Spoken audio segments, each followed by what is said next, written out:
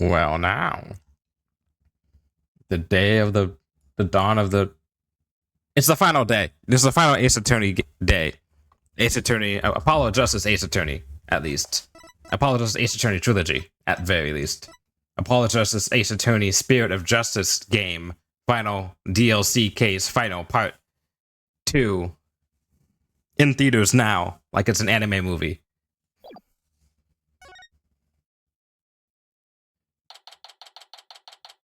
What the fuck happened last time? Honestly, I forgot. This case has been interesting. It's a way to put it. Let's see what happened. She is accused of killing this guy who was her boss or co-worker or whatever. And then she's supposed to be gaming this guy who says that he made time travel. This guy is saying that and this is his sister who's dead.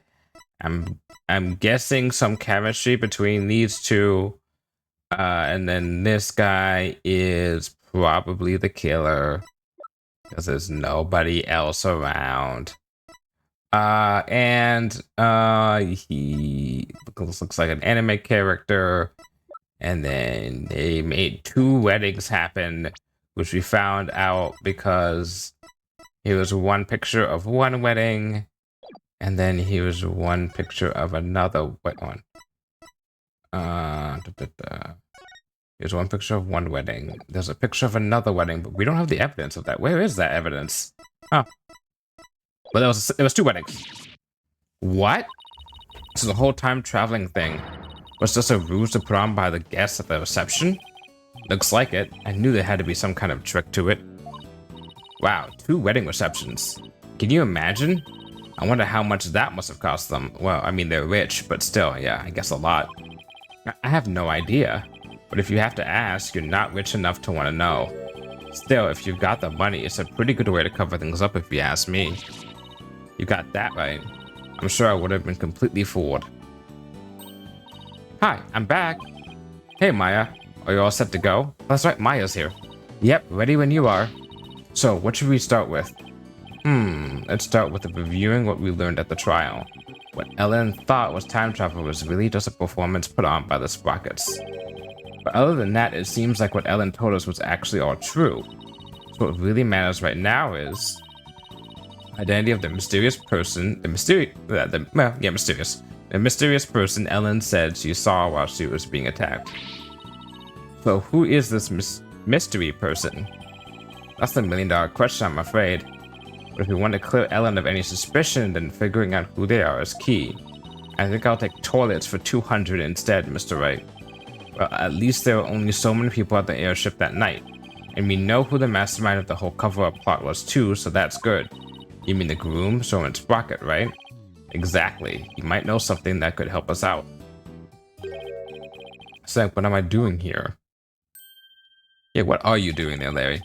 I'm a very busy man, you know. Well, all of the other people involved are Soren's family members. So I thought I'd better start by interviewing you. Oh man. I have a really tight schedule, but heck. What are friends for, right? Okay, pal, go ahead. Ask me anything. Okay. I've already presented this already.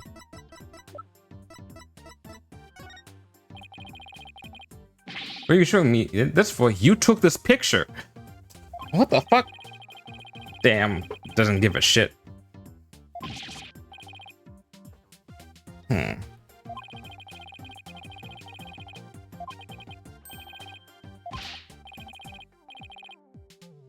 Oh wait, hold on. No, he actually is saying shit. Okay, fuck. What are you doing for this interrogation? Okay, sure. I was stuck on that airship and I was wandering around it all by my lonesome. But you gotta believe me, I didn't kill anybody. And why were you sneaking around on that airship in the first place? Because it was fate? Yeah, that's it. I was following my destiny. That's all I've ever done. If I show him the sister, what's gonna happen? Yeah, okay. Whoa! Who is she? Who is this lovely vision? Larry. This is Soren's older sister. She died in a car accident. No, how could such a beautiful flame have been snuffed out like that? If she were alive today, I bet I could have made her happy. That's funny. I thought you were in love with Ellen. Don't get me wrong, Nick. I just want to make all the pretty ladies of this world happy, that's all. Just make all the ladies happy, Larry. Doesn't have to be the pretty. You can all the ladies. I think you're the one getting it wrong. I want to go over exactly what happened before I step outside this office again. Since you were there, Larry, do you think you could help me get it all straight in my head? If I gotta. Look at the fucking background characters. They look so out of place with the rest of the... What is going on with, like... Okay, whatever. They're just like... The environment and them do not match. Wow. Okay, so the first reception was held at 7 p.m. on the day of the incident. Okay. That's the one you tried to crash, right? Huh? Oh, yeah, that's right. And then they locked me up in a cabin. It was awful, I tell you. And then the incident occurred after this first reception at around 10 p.m. Ellen was attacked at the reception hall by Gloomsbury. He forced her onto the Vista deck and was just about to kill her. But Ellie fought back and ended up killing old Gloomsbury instead. To cover it up, the family quickly threw together a second reception. That's what Edgy is claiming anyway. But I know my Ellie didn't do it. The key point here is the mystery person Ellen said she saw strike Bloomsbury, just before she passed out. Did you see anybody suspicious skulking around that day? Nope, not a soul. Because I was locked up in a cabin at the time. But he managed to escape and sneak back onto the reception hall. That's when you switched the lantern in the event hall with the lantern in the hold, right? Did you see anybody then? Nope. The place was completely deserted. I guess because that's Pierce Butler guy had everyone gathered together somewhere. That makes sense. He must have been going over the cover-up plan with them. They must have gotten everything ready fast and had the second reception sooner after that. Then after that, the second reception, Ellie went clean up the reception hall. And as luck would have it, that's when she found the body in the lantern I'd brought up. I tried to do something nice for Ellie out of the goodness of my heart, and this happened. We still don't know exactly what happened during the actual murder itself. We'll just have to look into it along with the identity of that mystery person. So while the murder was taking place, you were locked up in a cabin. Did you see anything unusual while you were in there? In the cabin? Let's see.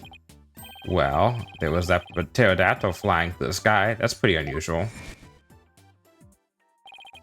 Oh, right. That drawing of that pterodactyl. It's so weird how to say it. It's pterodactyl, right? It's not pterodactyl, it's pterodactyl. You saw. What's with all that air quotes? I really did see it, I swear. But Larry, the time travel thing never actually happened. Which means you couldn't have seen a real pterodactyl flying through the sky. But we know what it is. Oh, are you doubting the eye of the super popular picture book author? No, I'm just sure you saw something else and mistook it for a flying reptile. Nick, you're making me doubt my own eyes. Now I'm not even sure what I saw.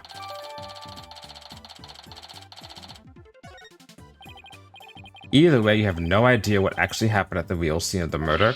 That's right, and I can say that with every confidence. Oh wow, but look at the time. I'd better go. I have a book signing to get to. A book signing? Whose book? Whose do you think? It's mine, of course. It's Louise Stonuxum book signing. I bet you went around and begged a bunch of bookstores to let you do one. Of course not. They're the ones coming around to beg me. Anyway, I have to go. I sent you 10 copies of my new book that just got released the other day, alright? 10? That's very generous of you. What are you talking about? I'm gonna send you the bill too, of course. Just put them down as office expenses or something. We'll see ya. Write off on your taxes. Looks like you spent about $200 on books. You put that on your expenses? Yes! Wait, Larry, we don't need... Ah, he's gone. I'll take a copy, boss. Oh, and make sure it's signed. Oh boy. There goes our first lead. What do you want to tackle next, Lick? Right, we should really hit the streets now, huh? How about we go see Ellen? Sounds good, boss. I bet I can cheer her up. I thought you were going to help Trucy with her magic show again today, Athena. When you supposed to go meet her right about now? Trucy said she was going to practice her new trick on you, if I recall. On me? Really? Trucy's show is an important source of income for our agency, you know. You can leave the case to us, so you can go ahead and run along now. In other words, get the fuck out. This is not your case. I'm sorry, Athena, but you gotta go. But boss, off you go, Athena. Chop, chop. No, I don't want to die. We'd better get going too, Maya. Okay. Why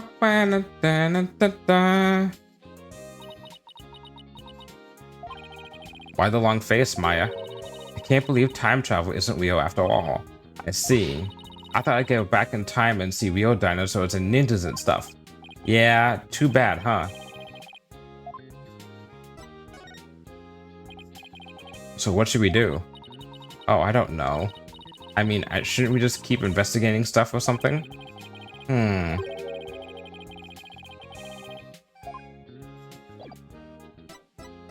we just pretend time traveling is real just for her? Oh, she's a mess again.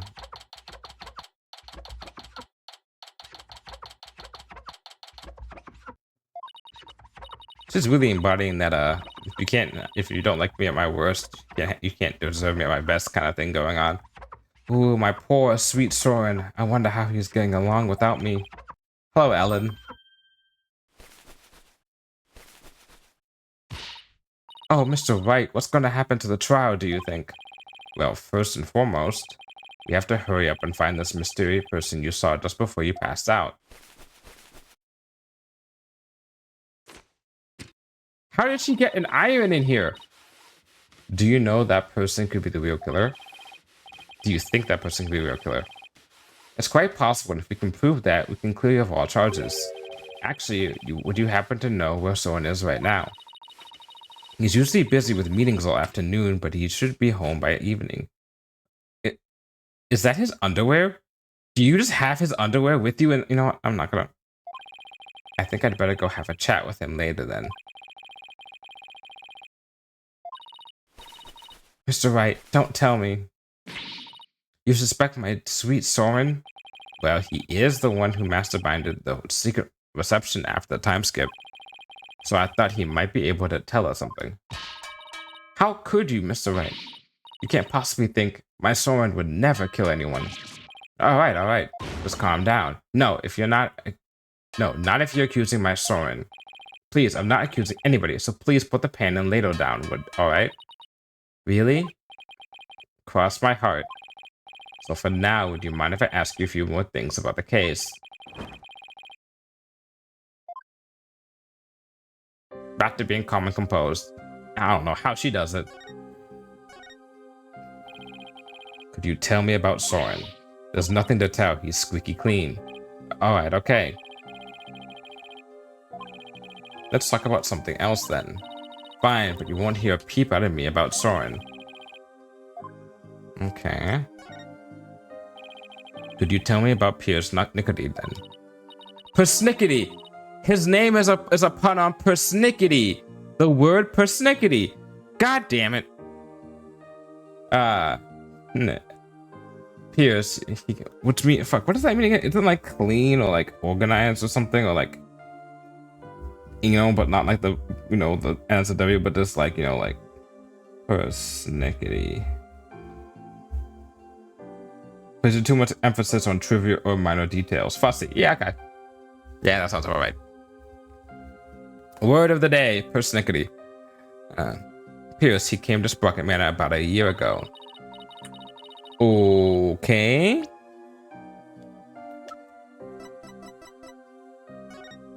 How long ago did she die? Wait, how did I not notice that he has the locket that's on her desk? Oh, he cared for her. Oh, he had a thing for her sister. For he had a thing for Soren's sister. Ah, okay. As a family butler, he's now in charge of everything in the household. Only a year ago, did he have some kind of special connection with the family? I'm just a maid, so I'm not privy to such things, I'm afraid.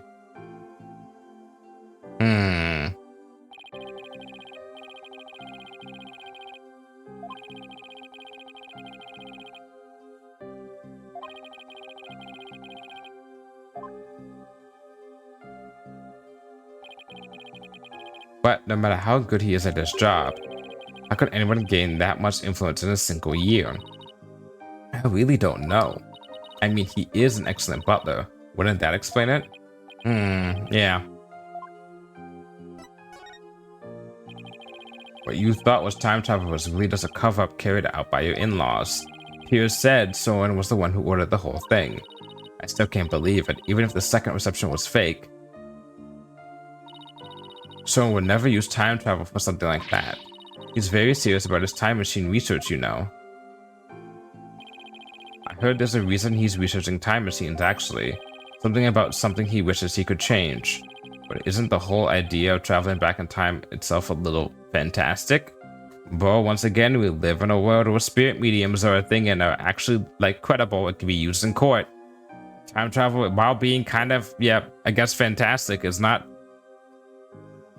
something that could be impossible. I don't think so.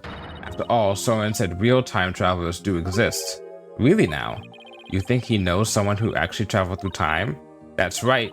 I haven't seen it personally, but Soren said as much. So I believe it. Thank you, Ellen. You're going to do your investigation now, aren't you? Yes, that's right. Please make sure you don't cause Soren any trouble, okay? I'm afraid I can't promise you that. What?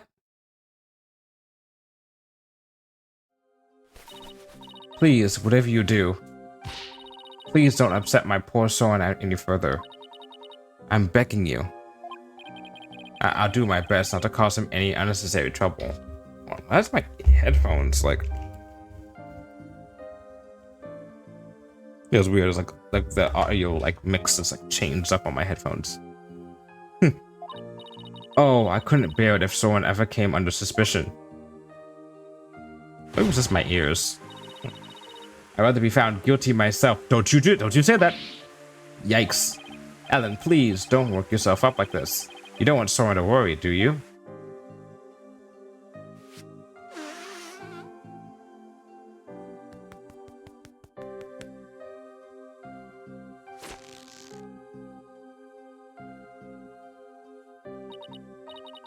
Every time she comes back, she's got that little eye twitch. That's a really good animation choice. No, you're right. So what do we do now, Nick? Well, Ellen said Soren is usually in meetings until the evening, so let's save our house call until then. Why don't we go to the mooring dock and figure out our next move from there? Roger, Nick. My name's not Roger.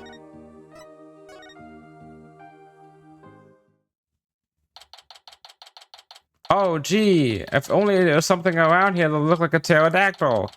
What could it be? Gee whiz.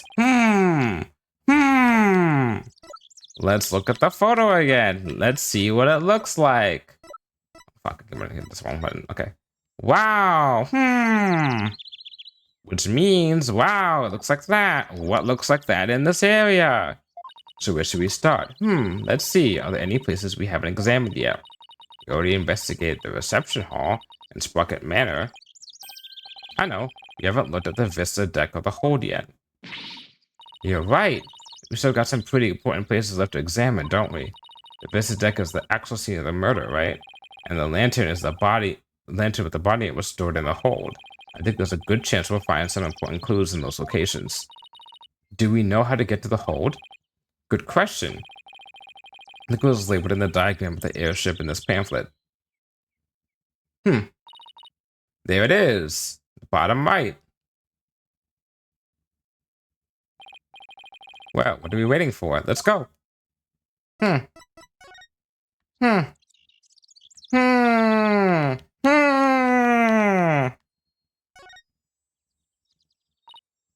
Wow, that time really got smashed up. There was some really high winds yesterday, and they say that the bench was blown right into the sign. Wow, I wish I could have seen that. If you'd been there, you would have gotten blown away by the wind too, you know. That sounds kind of fun, actually. Don't tell me you never tried to use an umbrella to fly when you were a kid. I think I'll take the staying alive over fun, thank you very much. God, we got to present this in court. This is gonna be so dumb.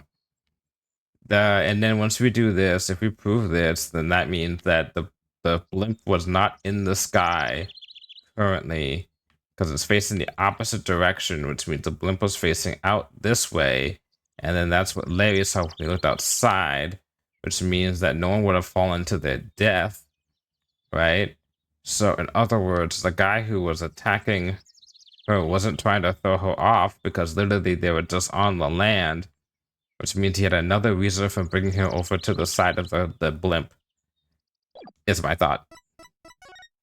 Okay, fuck, I didn't even do that. We gotta move.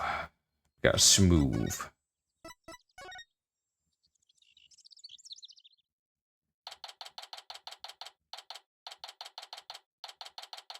Hmm. Interesting design. Where's that picture of the sister again? Nah, it's not that. Okay. So this is the hold.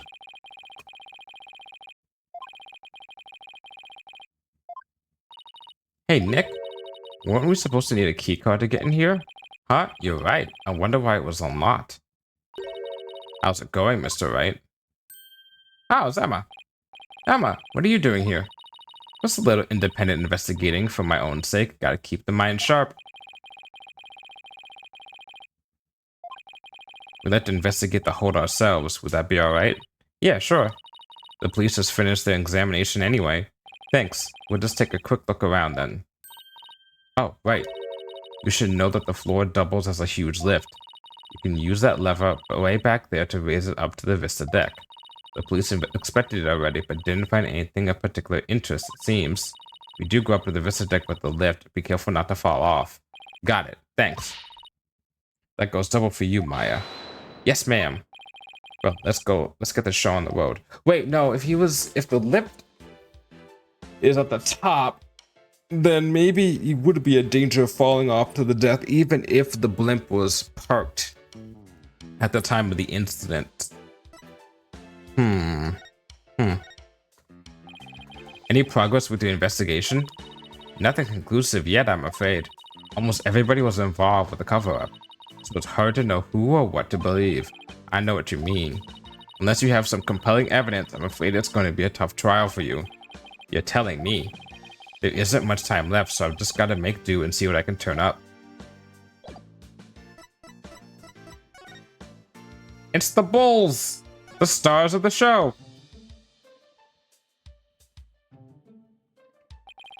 So there are two male Pega-Bull lanterns in the reception hall. That must mean that these two are female Pega-Co lanterns. Pega-Cow. Larry got their sexes mixed up when he replaced the one in the reception hall, huh? Didn't he see the horns? The difference is pretty glaring if you ask me. And yet he managed not to notice. That's what makes Larry Larry.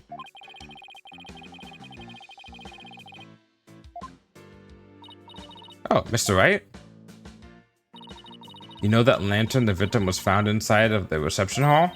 I'm just about to go piece it back together so that police can examine it. Oh, okay.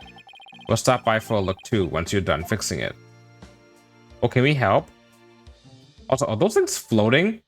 It looks like these are kind of like floating on the ground here. What's that? A wedding bell?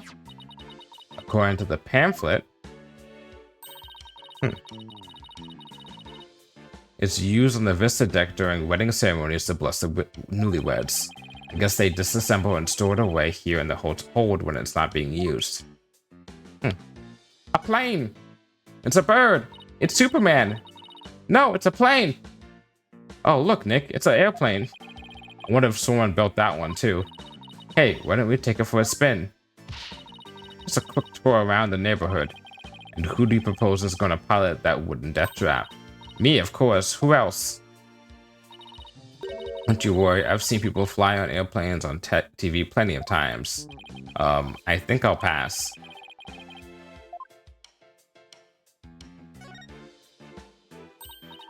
Oh, it's a cake, Nick. A cake. Is it fake or real? It's so big, they wouldn't miss one little piece, would they? If you're that in the mood for a mouthful of styrofoam, sure, knock yourself out. You mean it's not real? Well, it sure fooled me. I was so ready to have some that I'm really craving cake now. Come on, Nick, let's go get some.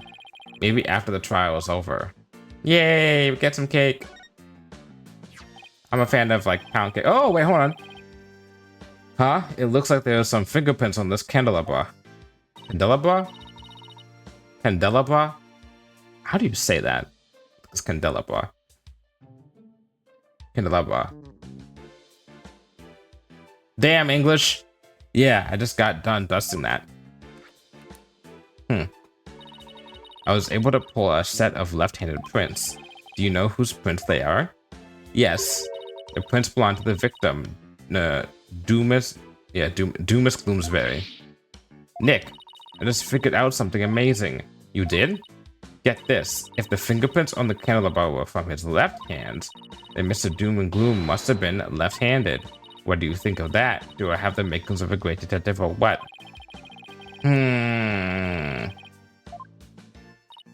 Hey, you're pretty good, Maya. I had to do it myself, and sure enough, the victim really was left-handed. Really? I got it right? Awesome. Good for you, Maya. Good for you? That's all you've got to say? I think you did a really great job, Maya. Way to go. Now you're talking. But come to think of it, this candelabra isn't in the photo Larry took of the hold, is it? That picture was taken when they were getting ready for the first reception, right? The candelabra must have been brought in here sometime after that then. But it's still possible to have something to do with the incident, though. I better add it to the evidence file just in case. Wait, so if it was added to... So hold on. So it wasn't in the picture for the first reception, but it shows up after the second reception. But the guy whose fingerprints were on it was killed in the first reception. After the first reception. So unless he came back down here, dropped it off and came back up, that means somebody else brought it back down here but didn't leave any fingerprints. So either he brought it back down, then everything happened, or someone with gloves brought it back down after this guy was killed. Yeah. Oh, by the way, Mr. Wright, you can have this fingerprint powder if you like. You giving this to us? Sure. I have 4 other sets. Of course you do. Thanks. Ha! I can't put my finger on it.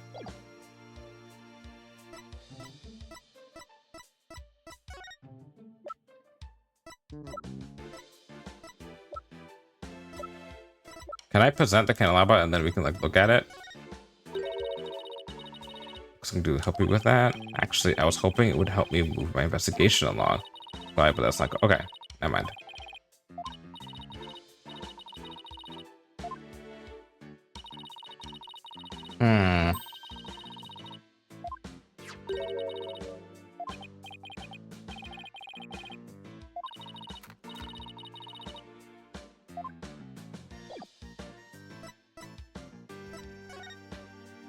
Okay.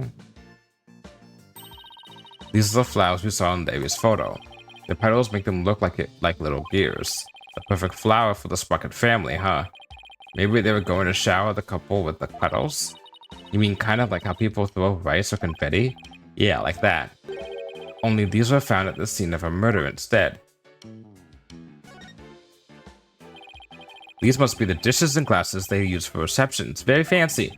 I bet we'd be in big trouble if they broke any of them. Oh, I want to see Nick. You, young lady, need to stay far, far away from them. Nick, you think I'm gonna break them, don't you? Yes. Let's just say your rap sheet for breaking things doesn't help your case. So this is the airship's engine. It's pretty impressive. And it's all rhythmic, like a heartbeat. It's the little heart of the flying chapel. Look at that huge, look at all those huge gears spinning around and around and around and around and... Oh, I think I'm starting to get dizzy. Yeah, me too. Oh, look. There's the lever to the lift Emma told... the lever to the lift Emma told us about. Let's try going up on it. I'll go flip the switch. Here goes nothing. Wait, I'm not even on it yet. Hurry, hurry, hurry, hurry, hurry. Holy shit. Blood. Gross. Hey, Maya, stop the lift. Please tell me Emma and the police discovered this. It'd be really stupid if they didn't. Whoops, sorry, I got a little carried away. Never mind that. Move over a little. Okay. Is that blood? Blood? Let me see. Oh my god, they didn't catch it. Solid police work, guys. Solid one. Clap, clap, clap. Solid police work, guys. Could it be Mr. Gloomsbury's blood? Well, this lift goes up to the Vista deck where the murder took place, so I think that's the most logical conclusion.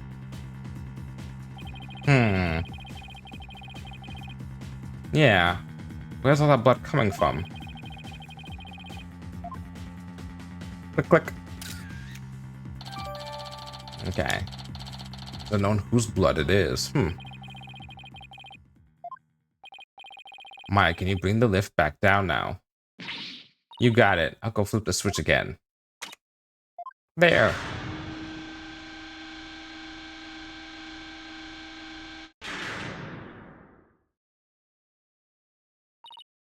Done. I want to find out some more about that blood stain. But for now, I guess we should go up to the Vista deck and take a look around the actual crime scene for ourselves. The view must be great from up there. I bet it'd be awesome. You mean it would be if it wasn't the scene of a murder? That's fine. Okay, to the Vista deck we go. Make sure you actually get on the lift this time, Nick. I know, I know. Okay, I'll just flip the switch again and away we go. So I had to keep in mind where that blood is. Interesting. In the center of the deck. Wow, look at that gorgeous view. This is where Ellen was attacked and Mr. Gloomsbury was killed. Yeesh, one wrong step and it's splat on the ground below. Should we go investigate the stuff that's a little closer to the edge? Well, I don't see much of anything over there. The police investigation didn't turn up any clues either, so maybe we don't need to? Oh, I get it. You're scared, aren't you, Nick? Yes. Of course not. Yes, he is. That would be too. Come on, let's go back down and finish checking out the hold. As someone once said, it's okay to have a reasonable fear of heights. Because heights can kill.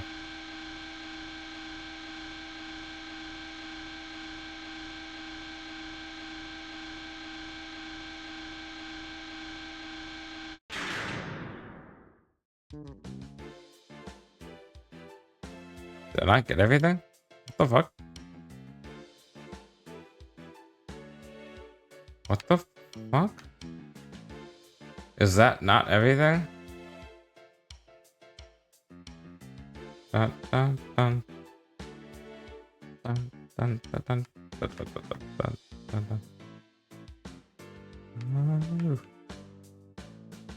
Oh, that's definitely everything.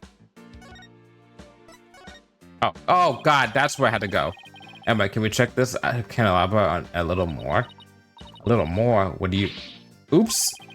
What happened? I almost dropped the candelabra and the candle slipped off. Well, let's be careful with that. It might be important evidence. Wait a minute. Now what? One of the pins that holds the candles is broken. What? There's definitely something fishy about this candelabra. There is? What makes you say that?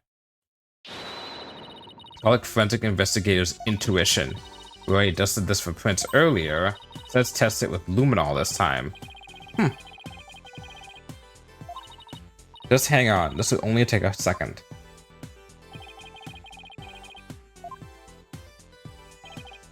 Well, Emma, did you find anything? Take a look at this, Mr. Wright. What's all that blood doing on there?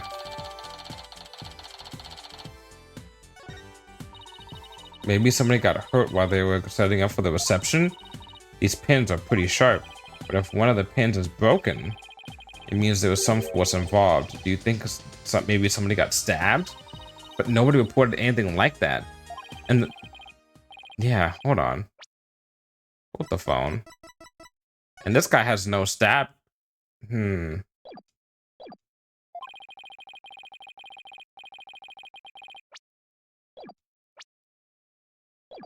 Hmm.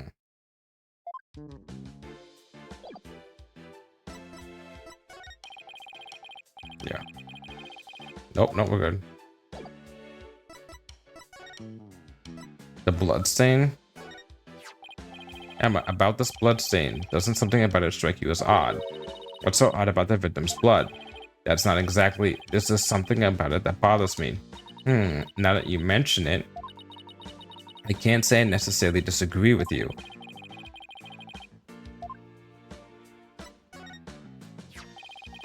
About this blood stain. Wait, is this a fucking game of Clue?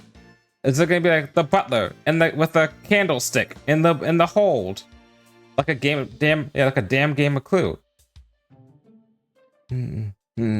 What about it? There's something about it that's been bothering me. Oh yeah? What's that? Well, there's a huge blood stain on the crime scene lip in the blood-stained candelabra. Now, this is only a guess, but I'm thinking maybe these two blood stains are from...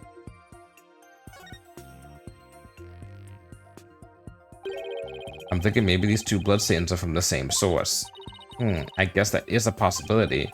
Can we compare the two blood stains? Would that take a lot of time? Are you kidding? Don't underestimate the power of science. We're done in a jiffy. 2 hours later. And the results are in. That didn't take long now, did it? It seems the blood from the lip and the candelabra are from the same person.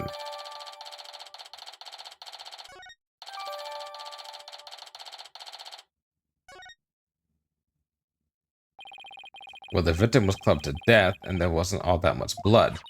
But if this isn't Mr. Gloomsay's blood...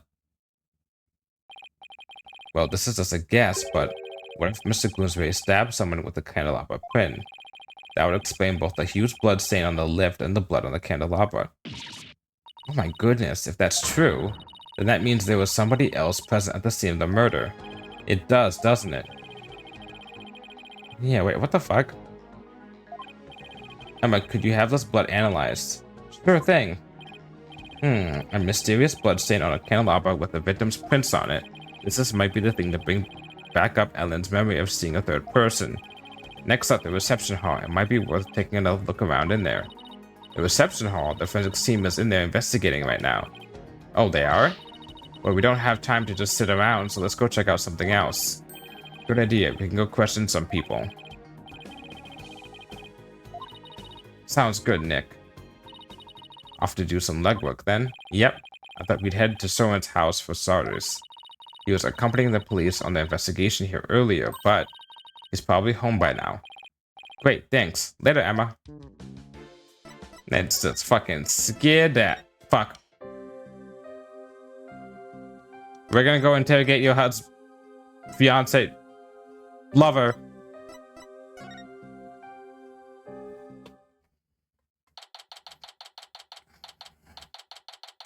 Husband? I don't know. I guess they don't have the wedding, right? So, right? I still get over how gorgeous Bucket Manor is. Just don't touch anything. I wasn't going to. I was told I had guests. Thank you for seeing us, Soren. We know you're busy. I'd like to ask you a few questions about the case, if you wouldn't mind. Soren? You're Ellen's lawyer, right? Huh? Yes, that's right. It's gonna be like, how is she doing? Will Ellen be found guilty? We're doing everything we can to prevent that. That's why we're here investigating. Will you please tell us what you know? A man of many words, this guy is. Soren? What is he gonna toss out? Okay. I think he's gonna toss another paper plane at us. Alright, fine. Okay. was you who gave the order for that large-scale cover-up plan, is that right? What large-scale cover-up? What do you mean? Don't play dumb with us. We have 2 wedding receptions in order to try and cover up Mr. Gloomsbury's murder. I then thought that through the power of the timekeeper you built, you travel back in time. Ah, so that's why there were 2 receptions. What do you mean, so that's why? What? Huh. Interesting. So the cover-up scheme, that fake trip through time, you're not the one who was behind it all? Persnickety, like the word persnickety, Persnickety, stated in court that you are the one who ordered it to be carried out. Pierce said that? I see. I leave him in charge of everything around me. So whatever he decides it's in essence my decision too. That's not the fucking same. So I can take it that you didn't know anything about the cover-up? That's none of your business. But you were 2 wedding receptions in a row, and still you claim to know nothing? I have nothing more to say to you. Please leave. But Soren. Ah, there's the paper plane.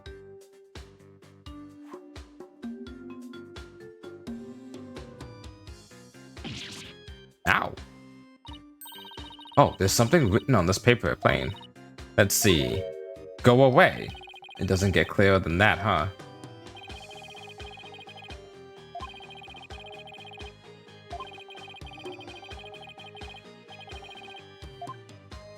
What piece of evidence you don't know much about? Well, there's... Let's see. There's this.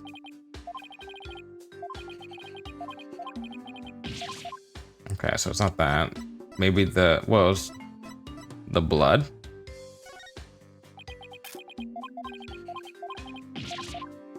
And then the candelabra are the new ones, things that we got. Okay, so have you ever seen something...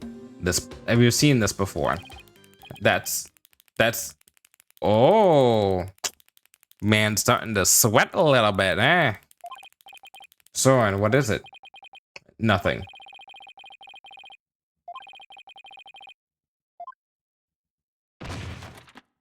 Oh, did he just pass out? Nick, look at his stomach. He's bleeding. Somebody help. Soren's collapsed. Master Soren, get him to the hospital quickly now.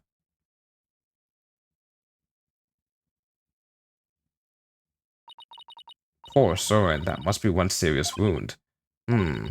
What is it, Nick? Well, when I showed him the candelabra, his whole demeanor changed. So I was just thinking that maybe his injury is... Huh? What's this? It's Soren's notebook. He must have dropped it in the rush to get him to the hospital. Oh, his notebook, huh? I wonder what's written in it, don't you? Come on, you know you want to take a peek. Take a peek? I feel guilty snooping around in somebody's personal notebook, but maybe we should take a little look-see. Whoa, it's filled with big words written in tiny letters. Guess he used this notebook to write down his invention ideas? Huh? What is it? Did you find something? After March 8th of last year, the content of this notebook changes dramatically. Like how? Well, ever since that date, Soren's been writing down every detail of his life, as in every. Maybe he decided to start keeping a diary? But this is way too detailed to be an ordinary diary. Either he's really compulsive, or maybe just plain forgetful. I feel like something happened on March 8th that made Soren change. Why don't you let me take a look at that and I'll tell you. Hey, Maya, let go or rip it. Now look what you did. You dropped it. You should have just let me take a look. Oh no, Nick. It fell in the... Oh. Oh, god damn it. It fell in that pool of Soren's blood. I can't read a thing or two on these 2 pages now. Uh-oh. You're gonna get it now. God damn it. Let's just put it away carefully for now. We can't let anything else happen to it, you hear?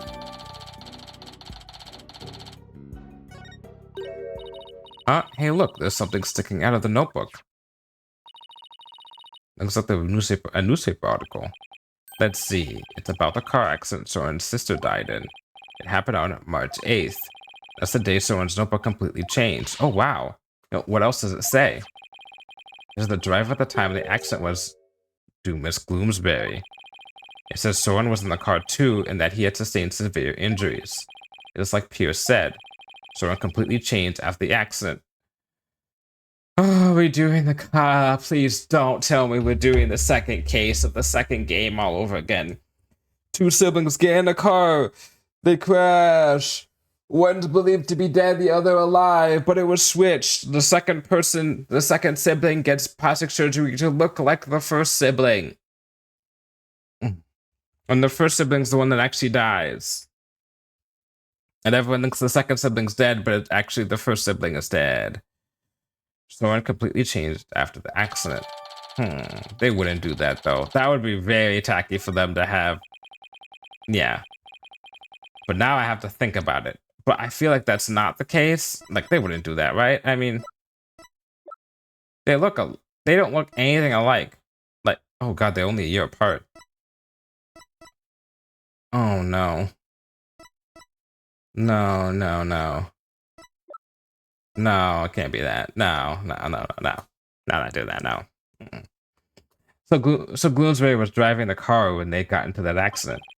That opens the distinct possibility of someone holding a grudge against Gloomsbury. You think Soren could have? I don't know. It's not like I have any proof. We should talk to Pierce about this when we return Soren's notebook to him. Although maybe we shouldn't. Though he doesn't seem to be here right now. Maybe he's at the Flying Chapel.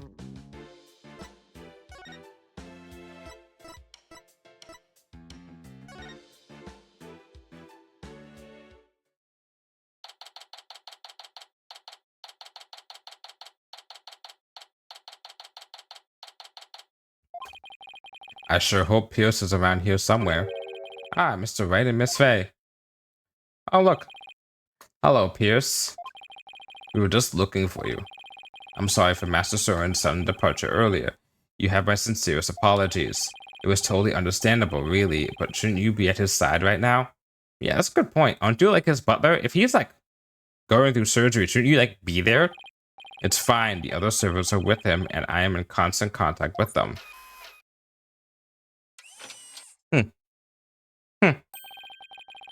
Do not forget to give him his pain medication and be sure to keep him hydrated. Also see to it that he is not up and about. He needs complete bed rest. I must return to Master Soren now, but did you want something of me? Actually, here's Soren's notebook. He dropped it when he collapsed. Oh, thank you very much for this. I will see to it personally that Master Soren gets it back. Thank you. I trust you do not look inside. Oh, of course not. Haha. Because it's filled with numerous patent-worthy ideas, you see. Look, I know you're busy, but would you mind if I asked you a few questions about the case? Oh, look at that. Where have you seen that locket before? Gee, fucking Willikers. As I said, I must be getting back to Master Soren. So if you could make it quick, I would greatly appreciate it. Alright, I'll make this as quick as I can. I'd like to ask you about the cover-up you try to pull it off, if you don't mind. Everything there is to tell in court already. Disposing of anything that may harm the Sprocket family's reputation is simply a part of my job. I have nothing more to say on the matter. I will say I do not think it's wise to spend time on topics that have already been discussed. Right.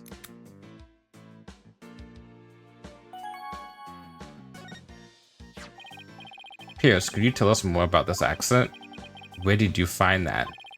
And did I not already tell you about that accident? You did, but you conveniently left out one crucial detail. The fact that Miss Gloomsbury was driving the car at the time.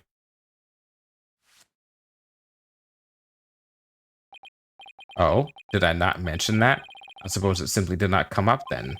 If Mr. Gloomsbury caused the accident, why didn't the Sprocket family fire him? Wouldn't that usually be the natural consequence of such a huge mistake? Please do not misunderstand. Bloomsbury stand on with the family. On Master Soren's request. That is the type of person Master Soren is. Perhaps it was the influence of Miss Selena's kind nature. She was such a sweet person that even in her last moment she thought of Master Soren. Interesting. How do you know that she thought of him in his last moments?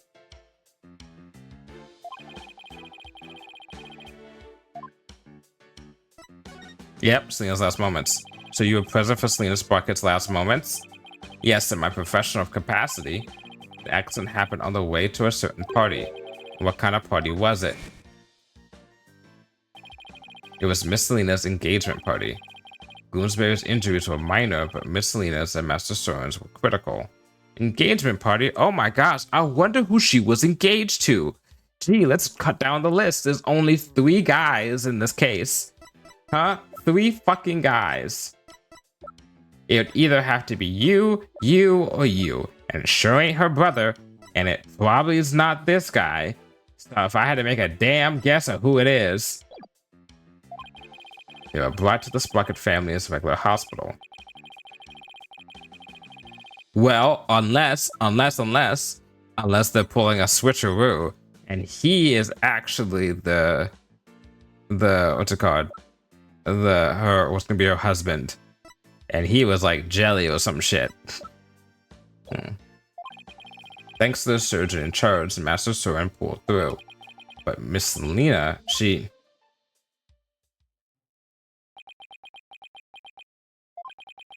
The last words Miss Selena said to me were,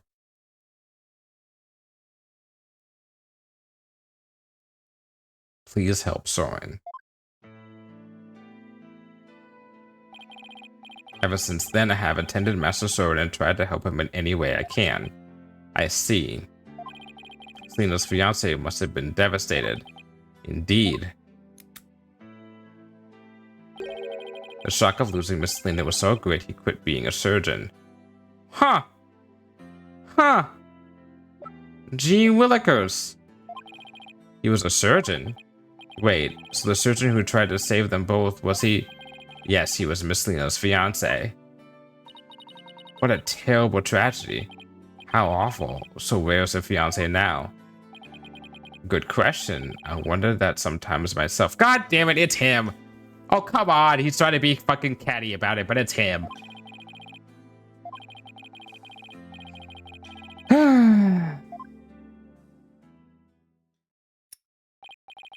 So are we done here? I'm afraid I must be going.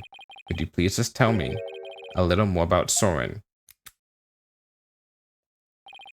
There is nothing more to tell.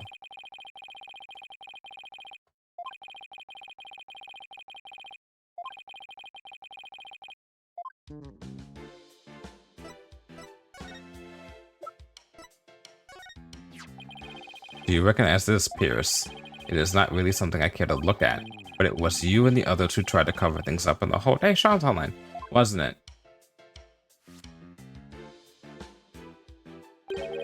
I left that entirely up to my subordinates, so I really don't know anything about it myself.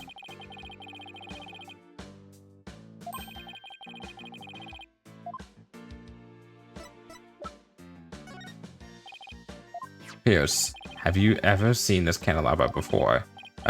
No, I don't know anything about it. How many? I'm guessing 5? 3? Chump change.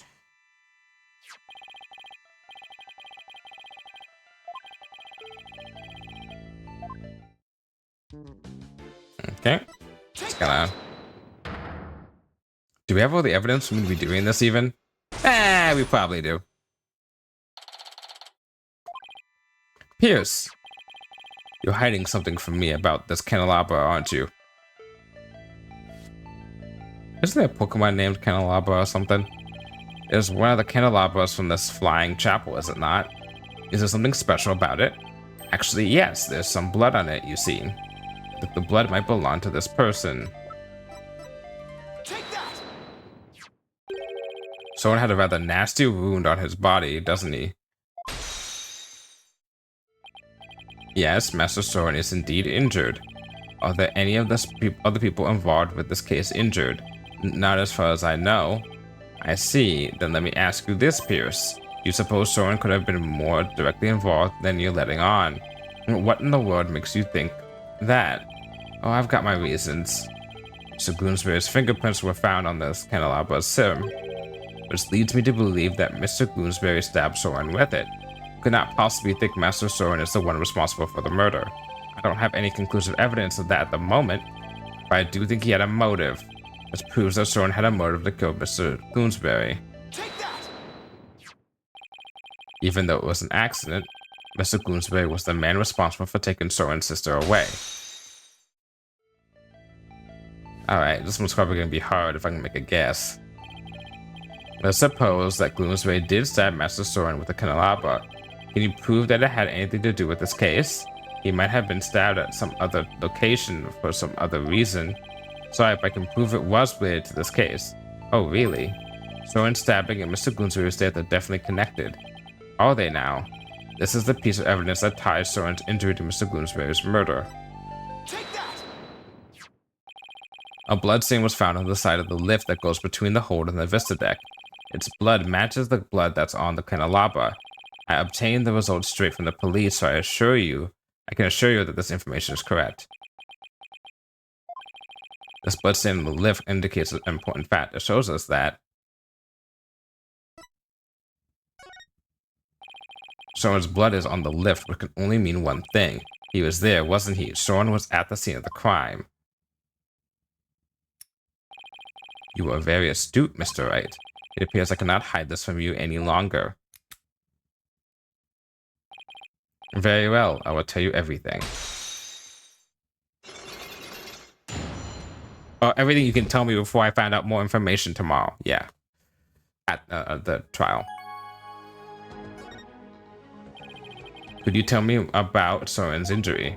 Very well. This is what I heard directly from Master Soren himself. As you surmised, Master Soren was stabbed by Gloomsbury on the day of the murder. It happened after the first wedding reception. The happy couple was in the reception hall when suddenly Gloomsbury appeared. He attacked Miss Ellen and tried to take her away. Master Soren went to stop him and found himself in a struggle with Gloomsbury. That is when Master Soren was stabbed with a candelabra, he said. Which gives Ellen a motive if it's brought up in trial. Shit. I just thought about that. If this is brought up in trial, they can easily turn and be like, oh, this wasn't accidental. This was manslaughter, and she killed Gloomsbury because he had dared put a fucking finger on her new husband, who she is practically obsessed with almost. You saw how defensive she got to her own defense attorney when we said that we were going to possibly even question her husband. So yeah, I think there's something up there. Even though Master Soren was badly injured, he went after Gloomsbury. So Soren really was at the scene of the murder, wasn't he? Yes, that is correct. However, by the time Master Soren arrived at the scene, Gloomsbury had already been murdered.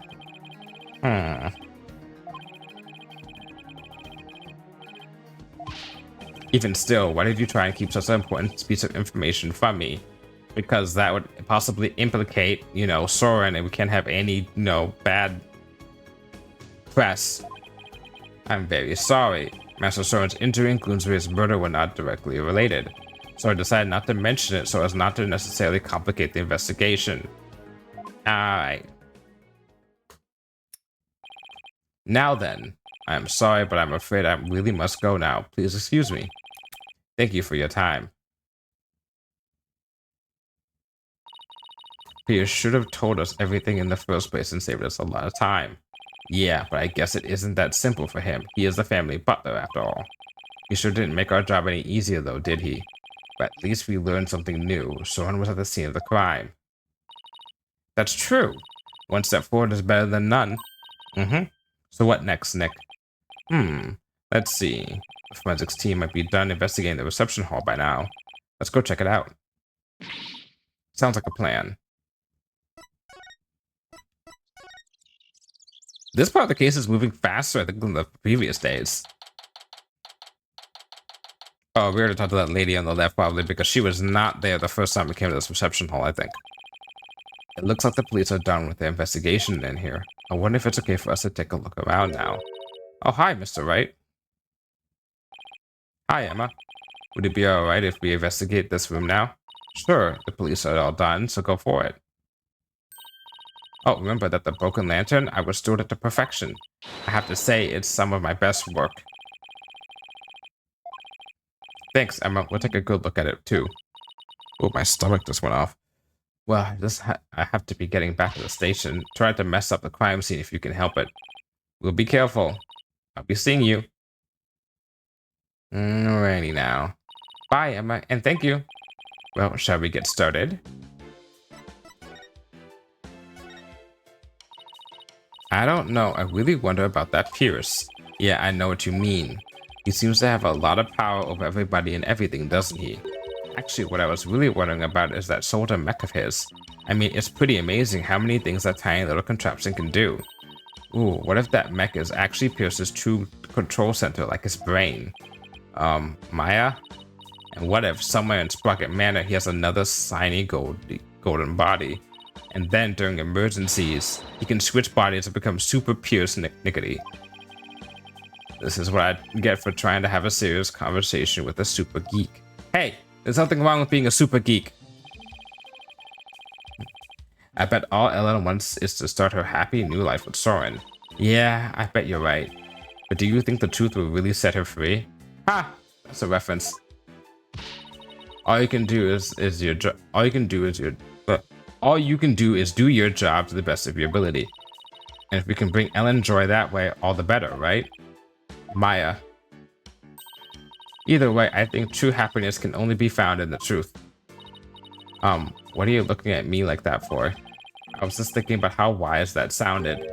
Looks like our little Maya is growing up. Would you knock it off? I'm trying to be serious here.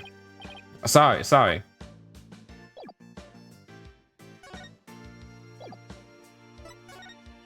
Alright, let's talk to this lady over here. Oh, you can't. Okay. Interesting, but they put her there. Wait, hold on. It's a beautiful day outside, isn't it? Yeah, if only it wasn't the scene of a murder, we could easily enjoy it. True. Must be tough for the maids to have to work on a beautiful day like today. Oh, we don't mind. Oh, there you go. Whoa, I didn't think you could hear me way over there. We don't think of it as simply cleaning. It's more like we're wiping away all of the sadness stuck to this airship. Huh. I mean, whatever floats your boat there, lady. Or floats your airship. This is where the murder weapon, the timekeeper, was displayed. I guess it's in police custody now. Huh? What's this? A key? Let's ask the maid about it. Good idea. She might be able to tell us something. Excuse me, could I ask you a question? Oh, of course. What would you like to know? Do you know anything about this key? It's the key that starts up the timekeeper. A startup key? That's right. Oh. The first startup of love ceremony was so beautiful. The bride and groom each had a symbol of their love, and when they put them together, oh, how romantic it was.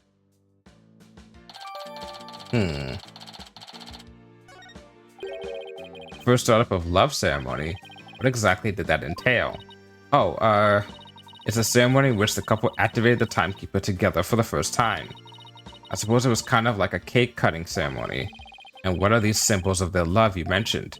Well, that's kind of an industry secret, so I can't really say. I'm sorry, I'd better be getting back to my work. That's fine. You don't have to tell us, we'll find it out ourselves. Hey, I think that tablecloth is new. They must have changed it since yesterday. Huh? How can you tell? Because the food stains that were there are now gone. I guess we've checked out everything of interest in this area.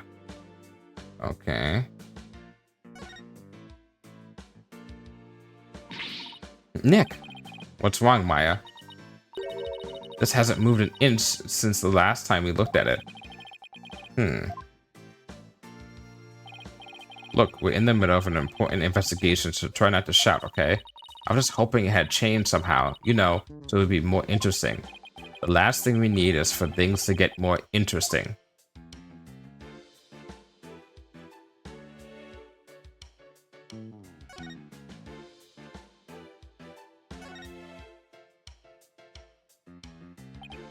Hey, take a look at that door. I wonder where it goes.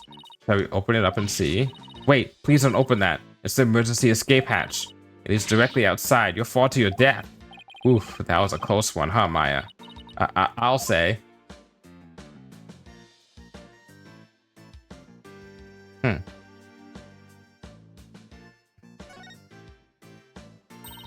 Get a load of that huge set of doors. I bet all sorts of things come and go through there. Like an elephant. I'm pretty sure it's just the bride and groom.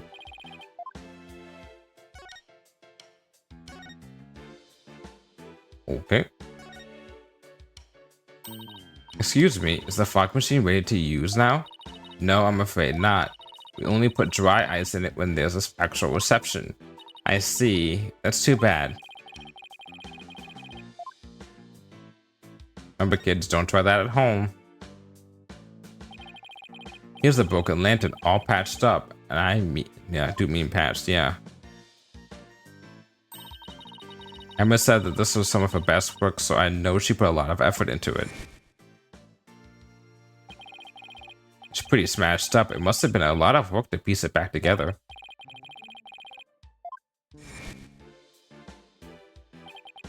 Huh? This wheel handle on the back has some blood on it. Yeah. It looks like someone gripped it with a bloody hand. Maybe the blood got on there when the killer was putting old Doom and Gloom's body inside? Do you see anything else worth noting? Well, there's another one of those lanterns over there, so it might be a good idea to really compare the two later.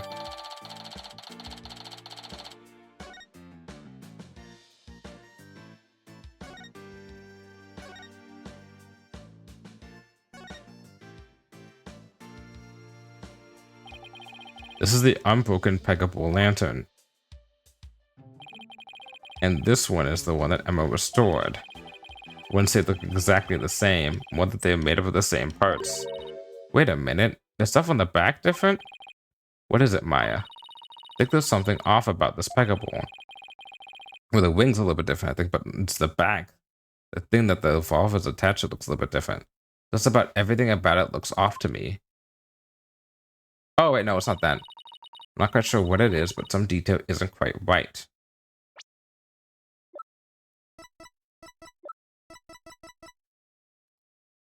Fuck, I can't look at it closer. Huh.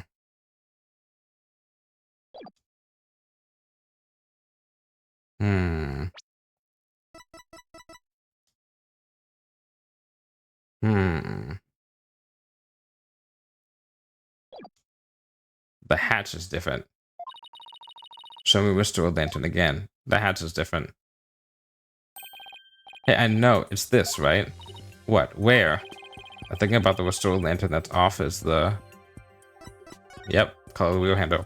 Look, it's the wheel handle. It's a different color altogether. So maybe I need to switch it? There we go. Emma got the inside and outside wheel handle switched around. Oh wow, you're right. And there's blood on this handle, as if someone gripped it with a bloody hand from the inside. Right, which means the blood got on the handle from inside the lantern. Which means that he was alive when he was inside the lantern. Do you think the blood got there when the killer was putting the body in the lantern? It's really hard to say at this point. Come on, guys. Come on. Look at his fucking picture.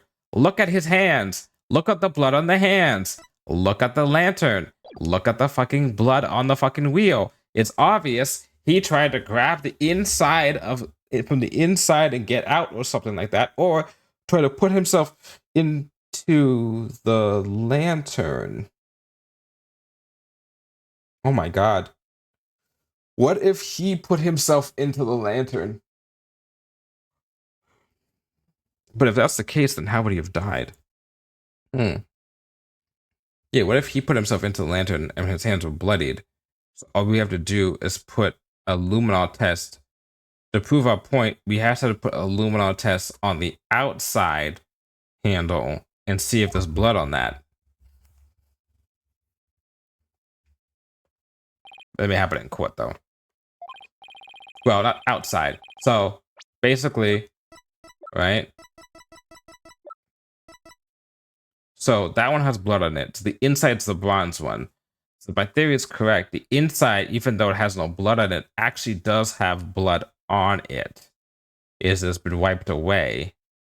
And then we have to luminol test on it in court tomorrow to prove that the blood's been on it, which proves that the guy hid inside the broken lantern for some reason. Okay, but then what would that prove in terms of the time of death? If that's the case, then ooh,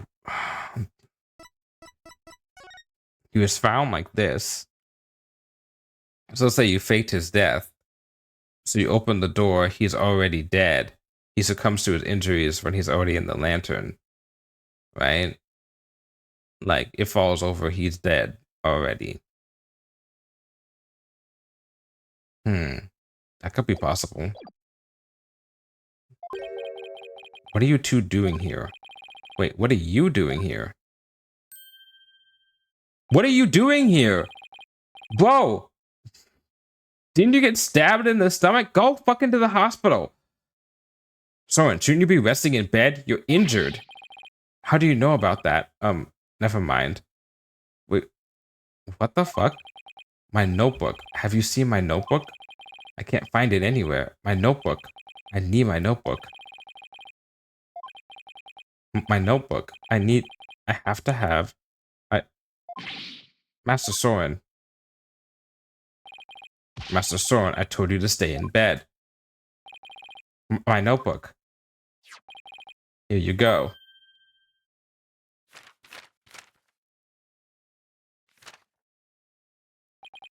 Yes, this is it.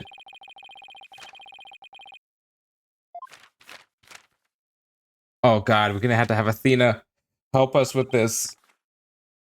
We have a guy who's literally got mental issues, and we don't have our ace attorney / fucking psychologist therapist helping us on this case. Great.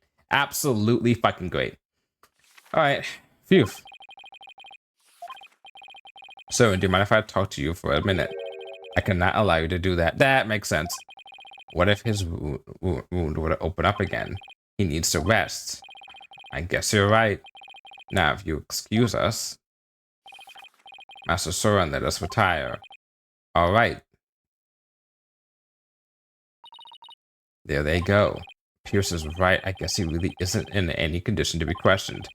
Well, let's go back to the agency and sort through what we've learned. Okay.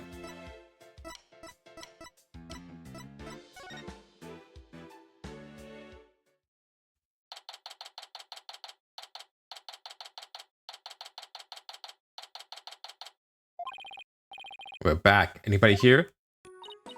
Oh, hi, boss. Athena? I thought you were with Trucy. I guess you could say that I'm taking a short break. But enough about me.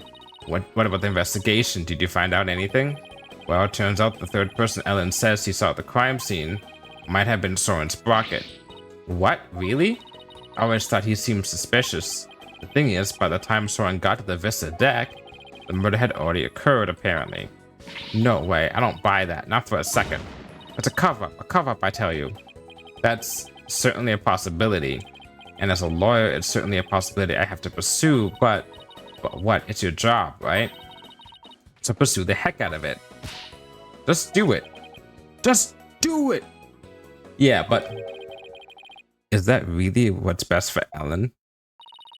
Someone could be found guilty and the truth comes out tomorrow. But if we don't pursue this possibility, Ellen could be found guilty instead. Oh man, either way, it sure doesn't spell out happily ever after for the two of them. So what are you going to do, Mr. Wright? Find out a third person who could possibly be the guilty person, obviously. I can't let an innocent person get convicted. So I guess all I can really do is pursue the truth, even if it ends up devastating Ellen. What a tough call to make. But still, there's always a chance, right? Maybe something will come up during the trial that will save their marriage. I hope so, I really do. Well, Maya, let's go. Break the news to Ellen, you mean? Yep. Mr. Wright, please take me with you. I bet I can help you console Ellen through this piece of bad news. Athena, I appreciate the offer, but don't you have somewhere else to be? Why do we keep on sidelining her? Why do they make a big deal about sidelining her? Do I? Athena, what are you doing here? I've been looking all over for you. Come on now, let's get back to practicing. No, wait. My body can't take it anymore. Boss, you gotta help me. Alora always keeps their promises, Athena. Boss! If you bail on me one more time, Athena, I'm gonna use a real blade on you. And Athena was never seen again.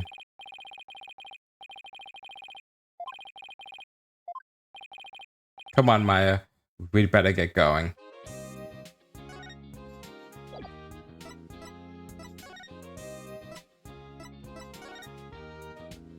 Oof, my neck. I took a crack at it and I've definitely felt it.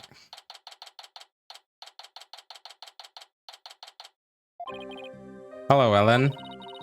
How did your investigation go, Mr. Wright? About that. Before I answer that, I need to ask you something. Was Soren with you when Mr. Gloomsbury attacked you in the reception hall? I'm sorry I kept it from you. I was afraid that he'd come under suspicion if I told you, so I kept quiet about it. I'm really sorry. I see. I thought it was probably something like that. Listen, Ellen, I'm afraid I have to make a very difficult decision based on what I found. What kind of decision? This is very hard for me to say, but the mysterious person you saw at the scene of the crime was most likely, not necessarily, but most likely, Soren. What? Other words, in court tomorrow, I'm afraid I'll have to propose the possibility that Soren is the true culprit. He has a motive, he has the means, he has his fucking butler who can basically make everything look like it is. It's an open and shut case. No, Soren is innocent, no. But don't you see, if I don't try to pursue that line of thought, you'll be found guilty. No, no. Please, Ellen, calm down. Soren just can't be found guilty. I'd much rather be found guilty instead. Ellen, you can't let yourself think like that. But... Marriage is for life, right? Do you really think you can run away from the truth and still be truly happy with him? You're not married, so how can you possibly understand? Sometimes you just gotta do whatever it takes to make things work. But, Nick, you talk to her. Hey, don't just dump this all on me. I'm not married. Mr. Wright, I'm innocent and Soren is too. So please, prove our innocence in court. I'll certainly do everything in my power. Oh, she's absolutely gonna lose control like this in court tomorrow. Absolutely. She's probably gonna interject at the worst time and be like, I'm guilty. I'm guilty. It's not Soren.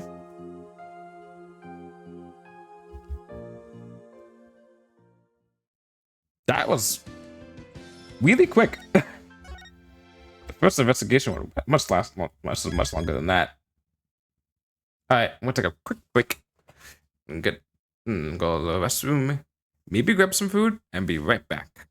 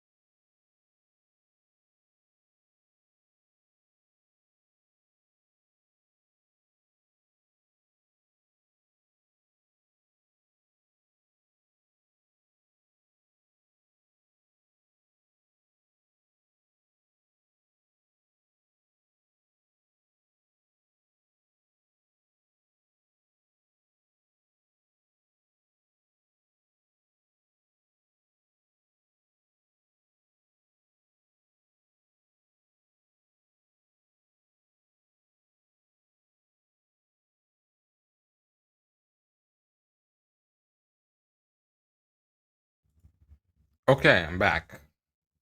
I would have heated up food, but that takes too much damn time. So I opened up a bag of chips and had like 5 chips. That will sustain me until this is over. Which honestly, probably not gonna be that long. I don't expect this case to go too off the rails or too crazy, so.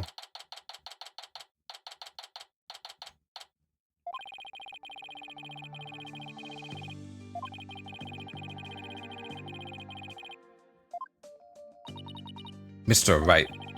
Good morning, Ellen. Look, I'm afraid you might not like the result of today's trial. Nevertheless, don't tell me you're still thinking of going that route. Soren is innocent. He can't be found guilty. Take me instead. Ellen, please, try and get a hold of yourself.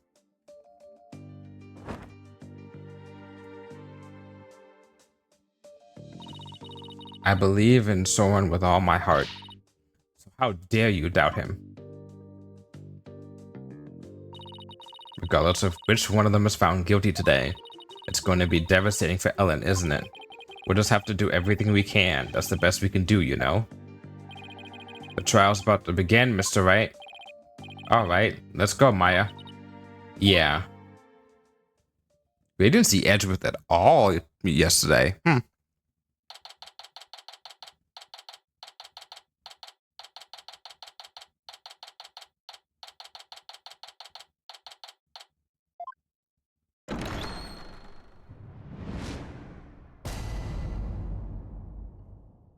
We can barely see the models. We can see them. Court is back in session for the trial of Ellen Wyatt. Ellen White? Wonder what the pun is there. Defense is ready, Your Honor. The prosecution is ready, Your Honor. Let's see now. Where were we? In yesterday's session, we found out about the Sprocket family's conspiracy to cover up the murder of Dumas Gloomsbury with a second reception. Taking advantage of a collective shock, the defense, as usual, made a nonsensical claim, meaning that there was a third person present who struck the victim. Objection! Well, about that, hey, don't try and make it sound like I made it all up. The defendant herself made a statement about the existence of a third person, and further investigation has only proven her statement to be true. And then I presume the defense intends to focus on proving the identity of this third person? Is that alright with you, Mr. Edgeworth? Indeed, Your Honor. In fact, I predict the defense will, most likely, attempt to name Mr. Soren Sprocket as the true culprit. How did you... Come on now. It's Edgeworth. The driver during the accident that killed Mr. Sprocket's sister was the victim. Therefore, Mr. Sprocket had a motive to murder Mr. Gloomsbury. That's what you plan to assert, is it not, Mr. Wright? Come now, Mr. Wright, did you really think the police would uncover this information? Congrats on getting it.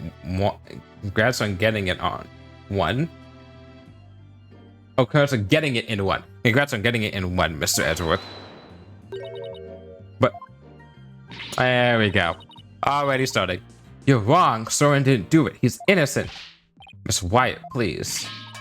He is innocent, I tell you. What is this, Mr. Wright? I thought your claim about the existence of a third-party person came from the defendant. It did. This is just a minor hiccup. Did you not discuss your strategy for today with the defendant, Mr. Wright? Boy. It appears that the defense is in disarray. Therefore, the best way to clear things up is to ask Mr. Sprocket himself what happened. Your Honor, the prosecution would like to call Soren Sprocket to the stand. What? Very well. Bailiff, please bring Mr. Sprocket to the witness stand.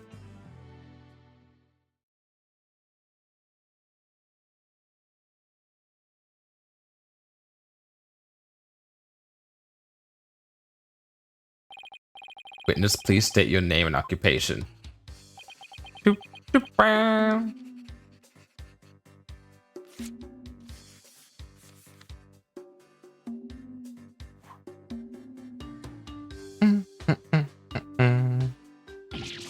Ow.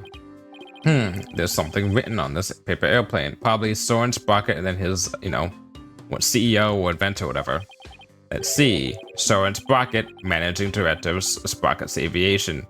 Huh, wow, who would have guessed? Mr. Sprocket, please give your answers in words, not paper airplanes. Wee!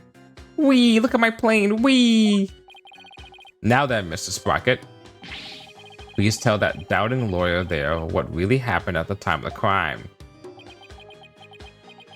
My biggest mystery I need to figure out.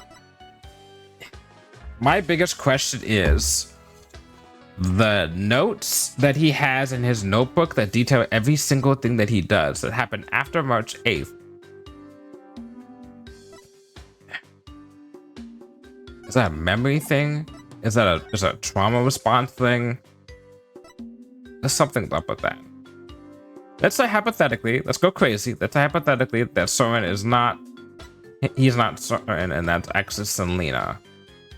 Okay, what would be the proof of her pretending to be him? Why would she keep on writing a notebook of her, everything that she does as him? No, that doesn't make any sense. You write those notes as if you're forgetting something. There's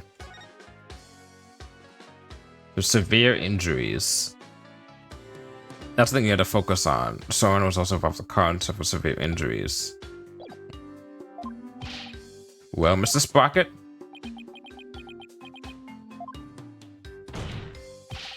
Mr. Sprocket.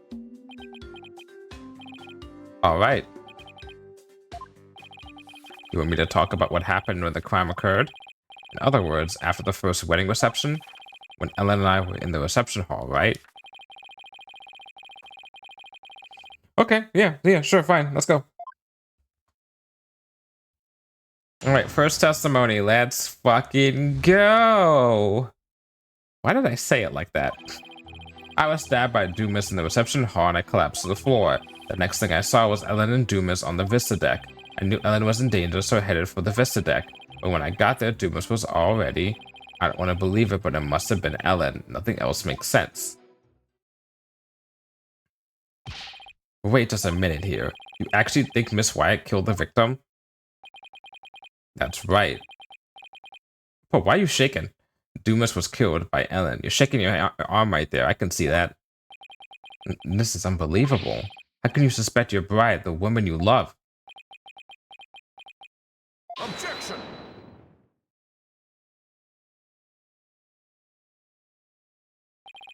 The truth can be cruel. Miss Wyatt, you must be very upset. Is there anything you wish to say? Bro. Oh. No, I can't believe this. Soren. Oh, she's got the dead eyes. Oh, poor lady. I thought that at least you would believe in me.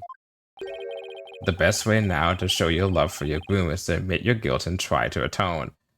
Edgeworth, come on. You know what? He's trying to soften the blow in his own special Edgeworth way.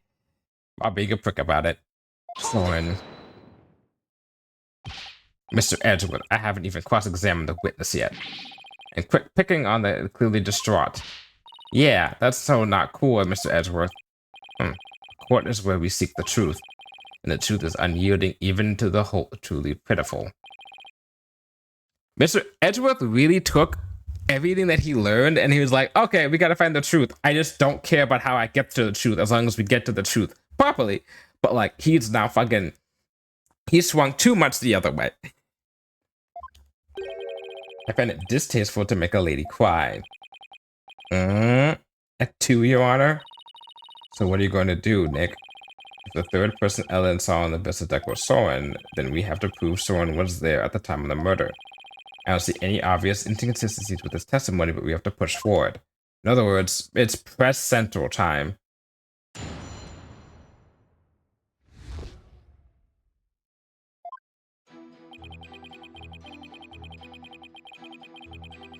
Hold it! Please tell me everything you can about when you got stabbed. After the reception, Ellen and I were enjoying a moment alone in the reception hall. Then Dumas appeared and stabbed me.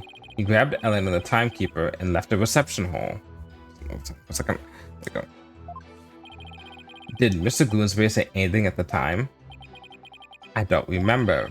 After I was stabbed, I was immobilized by the pain. I see.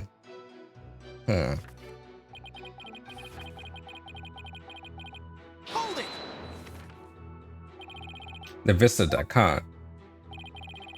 But it was nighttime then. Could you really see them in the darkness? The moon was out, so I can see them clearly. From the looks of it, Dumas was trying to push Ellen and the timekeeper off the side.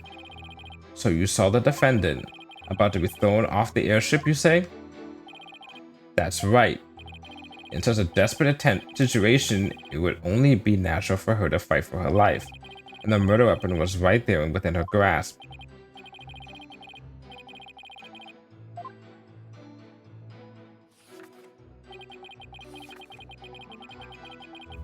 Holding!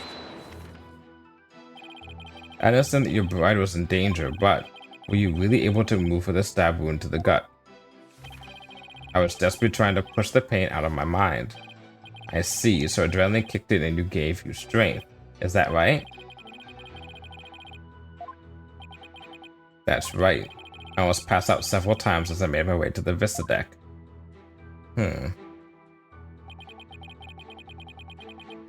Holding! Are you absolutely sure, Mr. Sprocket, that by the time you got to the vista deck, the murder had already been committed? Yes. But the vista deck is just on the other side of the glass windows in the reception hall. Shouldn't you have been able to get there right away? Objection! But he was injured.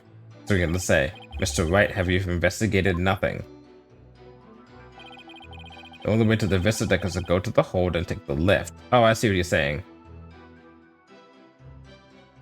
So you're saying that the victim hit you in the hold, but then you were in the hall? Wait, no, that makes no sense. Your blood is in the hold. But let's see, well, we have no proof of where he was stabbed, actually.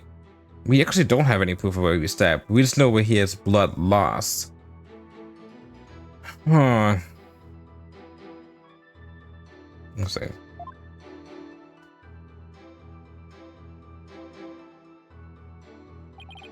No matter how much one hurries, it would at least take 10 minutes. Take at least 10 minutes.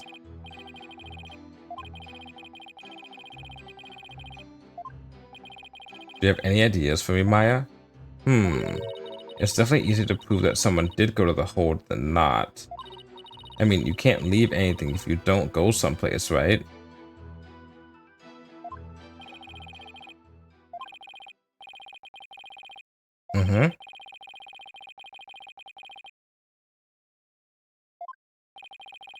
What's the matter? Are you stumped already?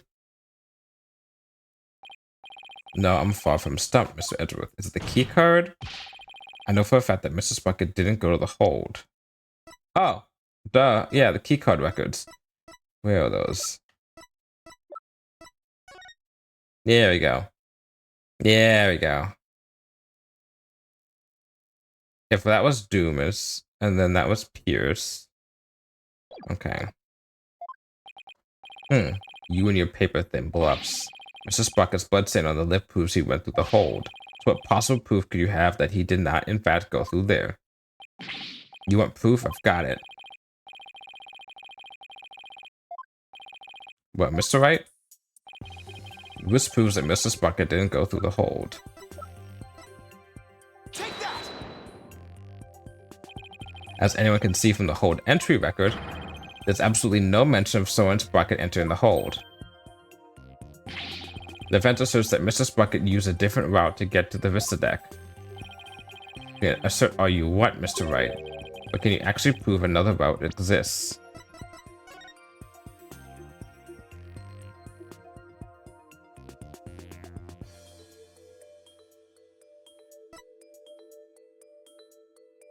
Oh boy.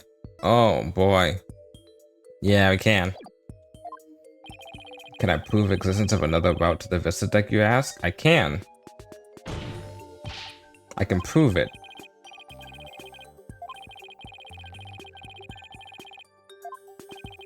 Very well then, Mr. Wright. So what's Mr. Sprocket at the vista deck?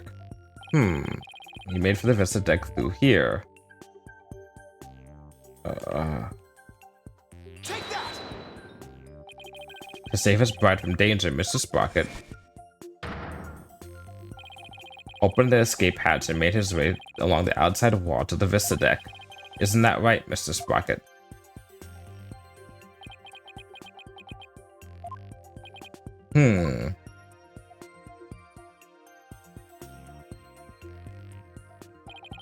That would certainly be much faster route to the Vista deck.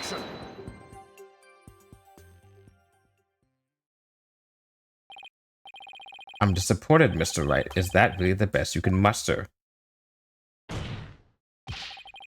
The escape hatch is not meant to be used to get from the reception hall to the Vista deck.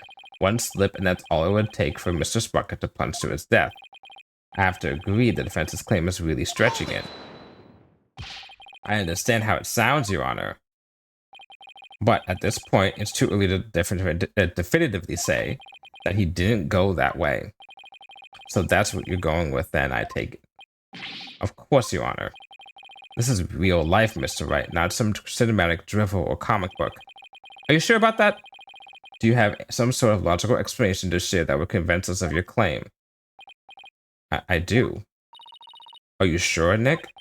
Kind of.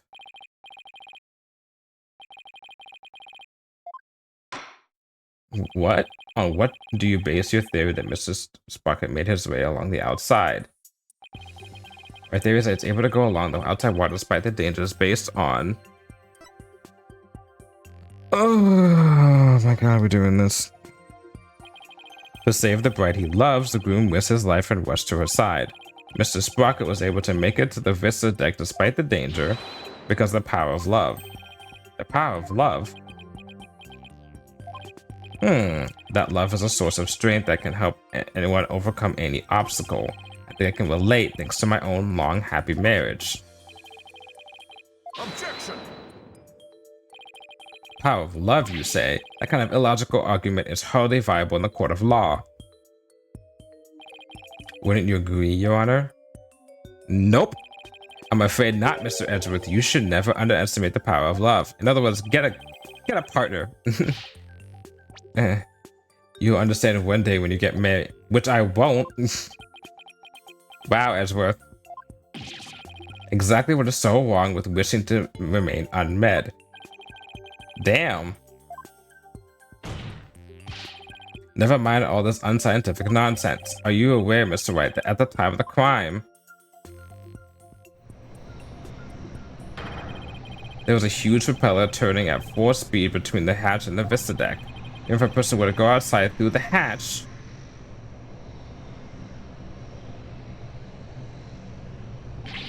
they'd be blown away in an instant.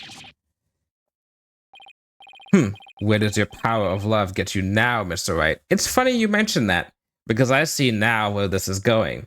And it does have something to do with the power of love. But not with these two. But of a certain fool who, with his power of love, got captured and put downstairs. And then we said that he was put downstairs into this room, which proves that once you prove that that was there, then that means they weren't in the sky, which means the propellers were not going on, which means that this could have happened. A huge spinning propeller, you say? In that case, I have to admit it does seem impossible. Nick, you can't make that kind of face in front of your client. The worst of times are when lawyers have to force their biggest smiles, right? Oh my god, she's talking like her sister. Right. Yep, I can feel I just saw Mia looking out at me through Maya's eyes. What's wrong, Nick? Why are you gaping at me like a giant sunfish? Oh my god. She's even got the mannerisms of her sister down a little bit. What the fuck? I just realized that. That pose she's in is what her sister does. Thank you, Maya. You just helped me remember something really important. There it is. There's that fearless smile I was looking for. Even with her hand, she's literally looking like her sister. Her poses are very similar to what her sister looks like. Holy shit. Huh. And then give us a mind-blowing theory, just like you always do. I'm gonna clip that and save that for later so I can look at that, because I want to compare those two.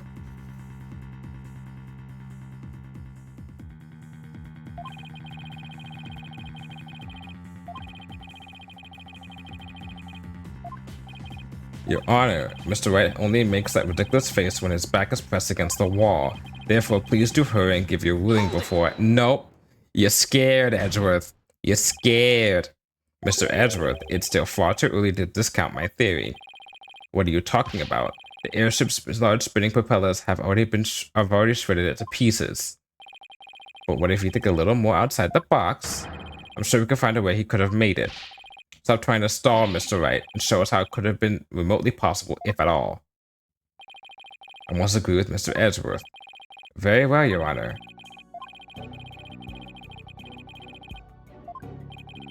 Now then, Mr. Edgeworth, what specifically would have made it possible?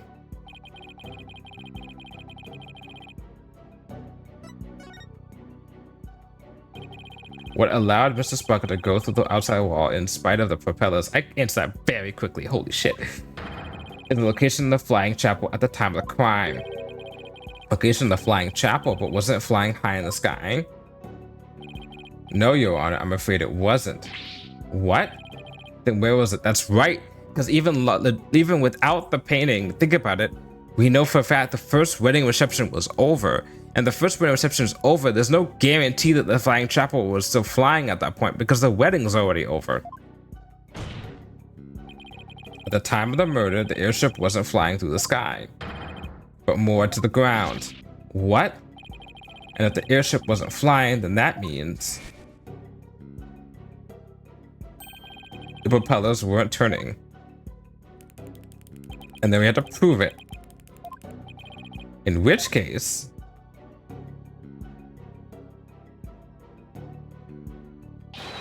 Mr. Sprocket could have gone to the Vista deck along the outside wall. Isn't that right, Mr. Sprocket?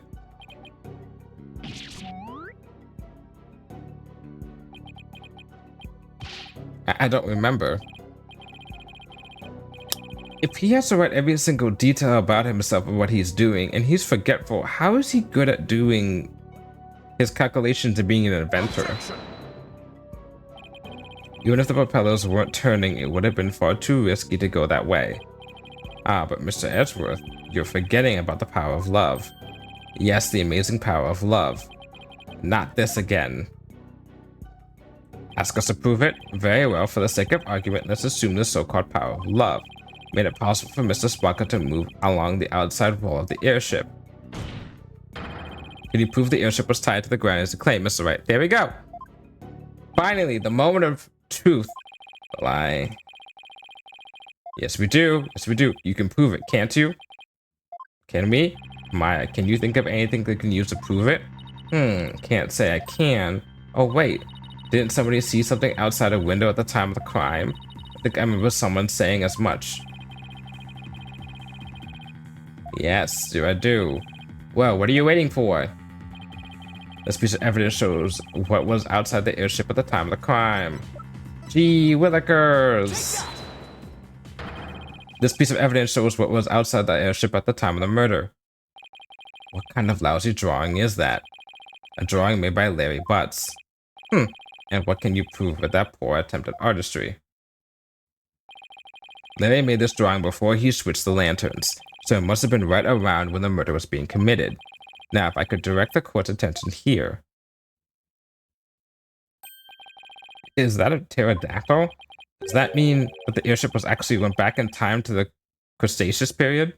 Cretaceous period? I guess that. We've already proven that time travel is nothing more than a gimmick, did we not? We did, and I have no intention of bringing up that argument again. But this drawing shows us an important piece of information. It shows us that the airship was actually moored to the ground. And what makes you so sure? That's easy. All you have to do is consider who made this drawing.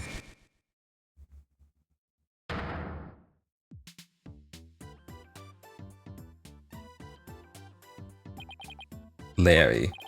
That's right, it was Mr. Butts, and we both know that he's like. He must have seen something else and mistaken it for a pterodactyl. I can't argue with you there. Let's go.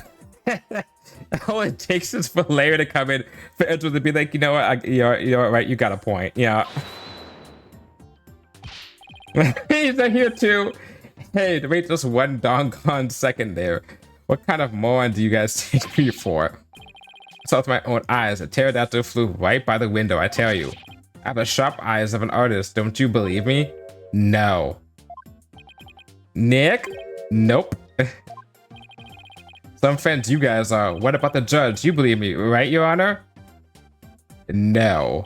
I'm sorry, but I'm afraid you need to leave this courtroom. Bailiff, if you would. Come on, buddy, let's go.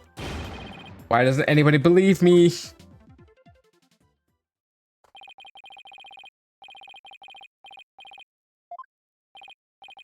Now then, so you're saying that what Mr. Butts really saw, there's some relation to what was outside the airship at the time of the murder? Yes, Your Honor. Well, this pterodactyl really is what proved the airship was anchored at the mooring dock. I wonder what it could be. If you're that confident about it, then please go ahead and tell us what it really was. Yes, Your Honor. Think, Phoenix, think. Take that! Please take a good look at the sign. At the sign? It appears to have been broken and then repaired. But what does the sign have to do with the pterodactyl?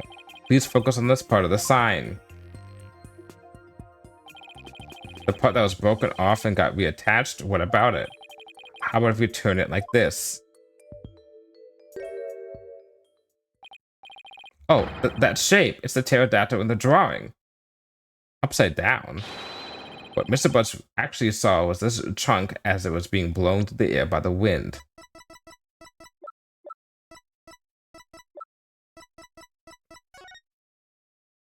Huh.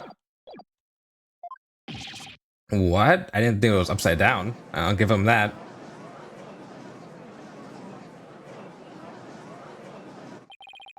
On the day of the murder, there was some heavy winds in the area, in the area of the mooring dock. It's hard to imagine that this sign would make it up as high as an airship would fly.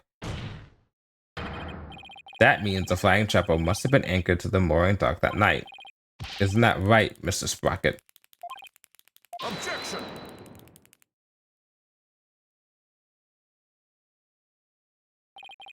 That's more than enough of this power of love nonsense, you pop culture junkie. Present all the proof you want, but your argument is based far too much in conjecture. Why don't we return to reality now? What do you mean, too much conjecture? Even if the airship wasn't flying, that alone doesn't prove the witness went along the wall. True, even now, it's no more than a possibility. And how do you propose Mr. Sprocket got to the Vista deck, Mr. Edgeworth? I noticed something as I went over the evidence. Please take a look at the hold entry record. What about it? I don't see Mr. Sprocket listed on here anywhere. Don't you remember, in yesterday's session we had a very similar kind of argument. Did we? Honestly, Mr. Wright, are you going to see now already? We talked about Larry Butts using the defendant's keycard to enter the hold. Oh, we did talk about that, didn't we? In other words, even if a person's name isn't on the entry record, it's still possible for that person to have entered by using someone else's card. Okay, that's going to be very important, I think, because we're going to have to prove that, because Pierce Nickety, if he's the killer, we're going to have to prove that he entered with somebody else and then killed, I assume he entered in with Doomus, right? And then killed Doomus with Doomus's key card, right? Which would be possible. And if that were the case, we can make the argument that that can happen, and Edward's gonna be like, that can't happen, and then we're gonna be like, well, Edgeworth, you just said that someone can enter with someone else's key card, which also is a callback to the last case, the DLC, well, the extra case of the first game, once again, where they had the whole entire thing with the police evidence room, where it's like, just because someone's key card isn't on the police evidence room doesn't mean that they didn't enter in with somebody else, which is a key plot point of that case. And of course, but Wright has not gotten to that, conclusion yet. Mr. Sprocket, you entered the hold with Mr. Nickety, didn't you? Oh, okay, well, I guess that works too. I did. What? Why didn't you tell us that in the first place? Pierce is indispensable. I didn't want to mention him unnecessarily and risk having him wrongly accused. I couldn't do without him. Mr. Sprocket, I ask that you testify in greater detail about your movements that night. Interesting. Okay, so that puts Pierce possibly at the scene of the crime too? The truth is, I went to the Vista deck with Pierce. That's why my name doesn't appear on the hold entry record, just like the first game. I was badly injured from being stabbed, but I was frantic. By the time we reached the scene, it was all over.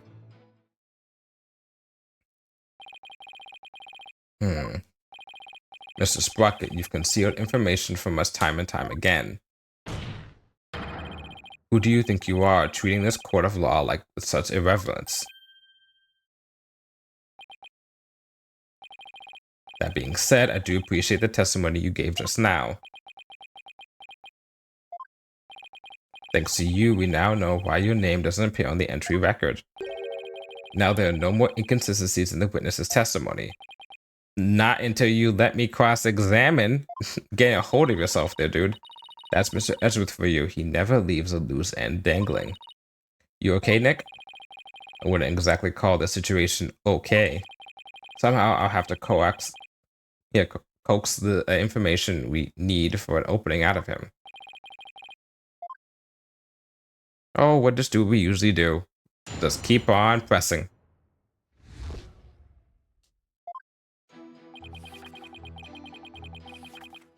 Hold it! You didn't mention this because you didn't want Mr. Nickety to fall under suspicion? Is that because he has something to hide? Just didn't want the police to take up his time with all their questions, that's all. Neither the company nor the household would function smoothly without him. I see.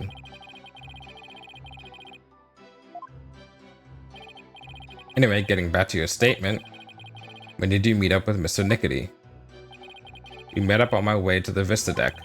I think Pierce and some of my relatives were on another floor, but Pierce heard the commotion and came running to my aid.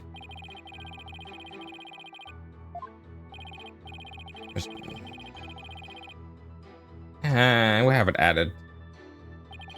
Yes, please, Your Honor. Very well.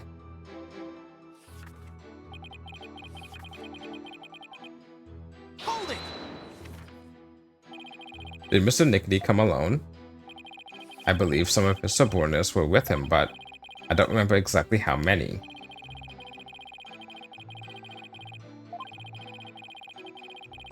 Yeah, this is...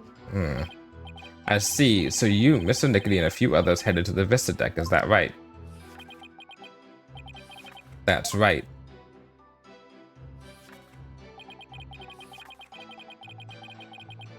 Hold it! Your name doesn't appear on the hold entry record because you entered with Mr. Nickety using his keycard? That's right.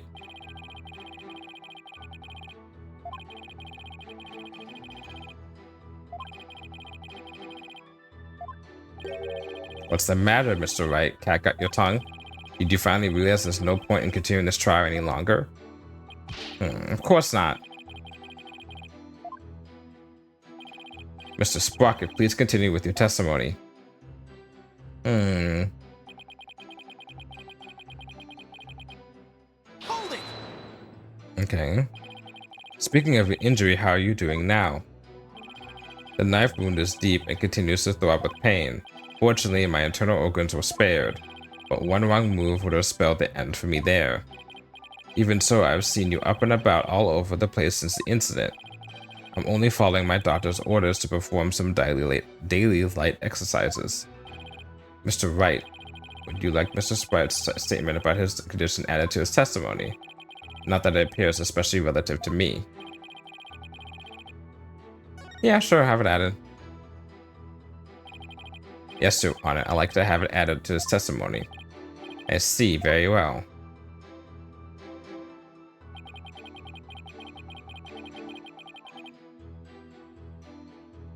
Wait, knife wound? Objection! That's not a knife. Mr. Sprocket, you just said your injury is a knife wound, didn't you? the weapon you were stabbed with was this candelabra. As a fact I know you're quite aware of.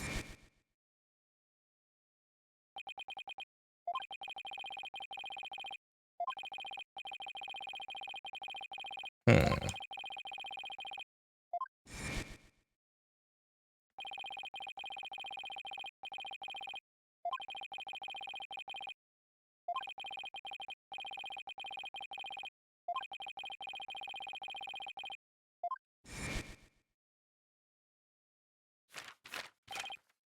Memory loss. Short-term memory loss, I guess? Is that the term? I guess if you're losing memory, but you lose memory literally every 5 seconds, right? He's got his he's got that 51st date shit going on right now. Which would make sense, right? So he has an accident, his brain's racked, he's still able to, function and do stuff and love and all that other crap, right? But then he loses memory. He writes down every single note after that fact because he has lost his memory. Doesn't remember the fact that he was stabbed with a knife. He also lost his notebook, which means he needs to get caught up on things that he may have forgotten. Objection! It must have been a simple memory slip that made him misspeak. It happens to everyone. It has nothing to do with the case. You must be pretty desperate to point out something so minute. I have to agree, Mr. Wright. You hardly need to make such a big deal over such a small mistake. But I contend that's an important inconsistency. And I say it's not important. Now, let's waste any more time on this matter. I agree.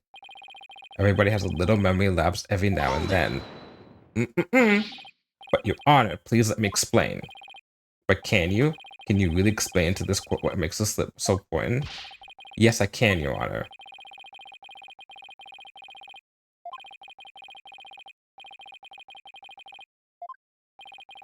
Well, Mr. Wright, please explain why the witness's slip of the tongue is so important. The point to focus on here is why the witness would mistake the weapon used to stab him. I see, so why did the witness make that mistake, Mr. Wright? Mr. Sprocket identified the wrong weapon used against him because... Here we fucking go. He doesn't remember the incident, let alone the weapon used against him. Not only that, but I believe Mr. Sprocket has some sort of memory disorder. Therefore, the defense contends that Mr. Sprocket's testimony thus far is invalid. Just because you can't find a flaw in his testimony, you want to throw it all out? Your baseless claim is nothing but pure slander of the witness's character. Mr. Edgeworth is correct, Mr. Wright. Can you explain your grounds for making this claim? Of course, Your Honor. Very well, let's hear your argument then. My grounds for claiming that Mr. Sprocket has memory disorder is... his notebook. The notebook he always has with him. I saw daily events and information about the people around him recorded in it. Like a diary, perhaps. No, literally everything. It's much too detailed to be an ordinary diary. It's more on the order of a database, actually. A database, you say? That's right. For some reason, Mr. Sprocket is apparently unable to retain memories. That's why he writes every little detail of his life down in his notebook. How could you possibly know that for sure? You might just be an extremely compulsive person. I thought so too myself at first. To be honest, we accidentally got a stain on that notebook yesterday. You mean you got a stain on it? Hey, you're the one who tried to grab it out of my... Never mind whose fault it was, just get to the point already. What if the stain covers the information? Right, sorry. Mr. Sprocket. The page Miss Fake got a stain on yesterday. That's the page with the details of your stabbing on it, isn't it? No, I only write in this notebook because I'm very compulsive. I dropped the subject already. Sorry, but I'm not convinced. I noticed an odd fact about your notebook, Mr. Sprocket. On the earlier pages, you used it to write down events and ideas, but after a certain date, you started writing down a lot more and in much more detail. I believe your memory disorder stems from what happened on that date. Something so monumental it caused a memory disorder, Mr. Wright? You don't know what you're talking about. You don't know what you're talking about. That's kind of mean to say when someone has a memory disorder, but still. Sorry, I do know what I'm talking about, and this is the proof. This is the thing that caused Mr. Sprocket's memory disorder. Take that! You were involved in this car accident too, weren't you, Mr. Sprocket?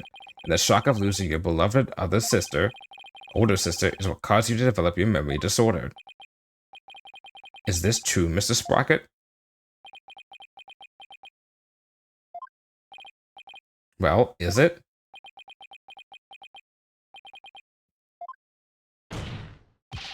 Mr. Sprocket. It is true. That accident did something to my mind. What? Ever since that day, every time I go to sleep, I lose my memories. Ah, it's 51st dates! And when I wake up, the most recent thing I can remember is the day I lost my sister. It's as if I'm constantly going back in time. Oh, that's why it's a time traveler's thing. What? That's truly tragic. That sucks. An inconsolable time traveler who goes back in time whenever he goes to sleep.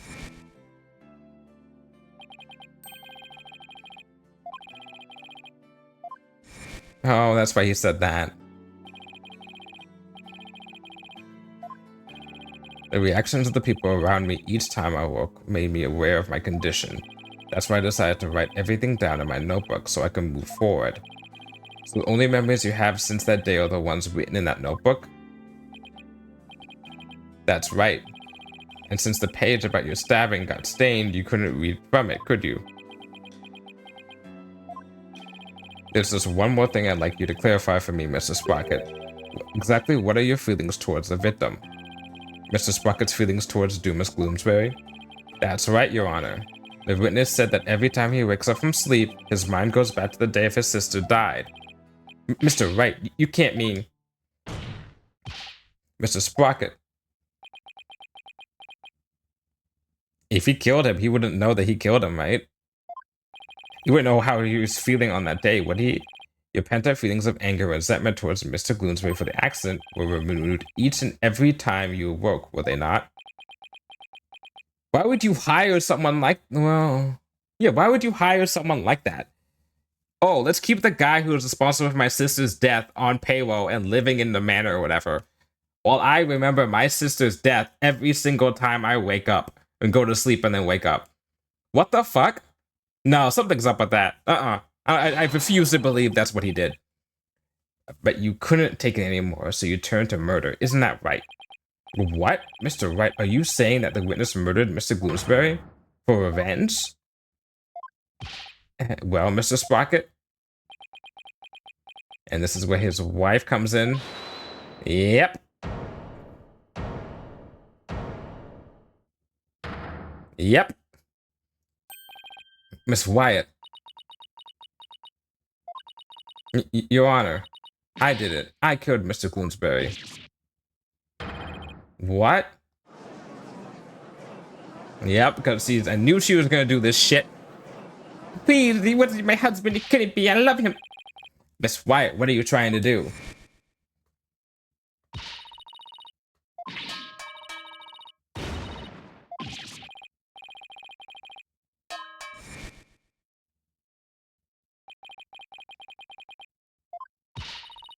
My son didn't do anything wrong. I'm the one who should be convicted. Are we to understand that you're confessing your guilt? Now wait just a minute here. Edgeworth, Ellen, why would... Oh, that would be Edgeworth. Why would you cover for me? I testified that I thought you must have killed him. I'll admit, I couldn't believe my ears at first. But all I want is for you to be happy. Your happiness is for my happiness, Soren. Oh, she's giving a genuine smile. But without my notebook, I'd even forget those feelings of yours by tomorrow. Knowing that, do you still feel this way? If only we had a therapist here, an analytical psychologist maybe, someone who could help him deal with his trauma. Anyone in this game, anyone possibly in this game who can do that? No one? Okay, I guess not. All right, well, okay, let's continue on now. You've loved me all this time, the same way you did before the accident. That's how I know that you're the same person I've always loved. No disorder can change that. Ellen, Your Honor, there are two things I'd like to correct. Two corrections? What are they? First of all, I want to withdraw one of my statements.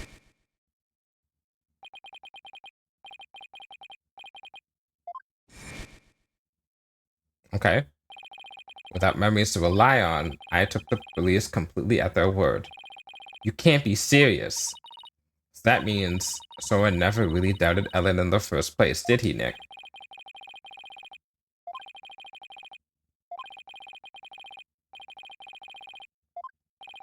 And what is your other correction, Mr. Sprocket?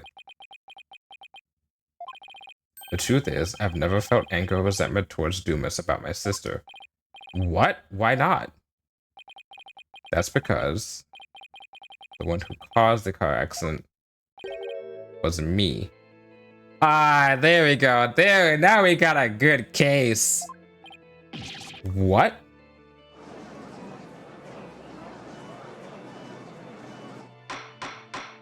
There we go. Order in the court. Now it makes sense why he wouldn't give a shit about it, the guy being in, still on payroll. Please continue, Mr. Sprocket. I'm the one who killed my sister. To protect my career and my future, my father made Dumas take the blame in exchange for money and the position of lead servant. So you see, Dumas must have held a grudge against me, not the other way around. And he must have attacked Ellen to get his revenge on me.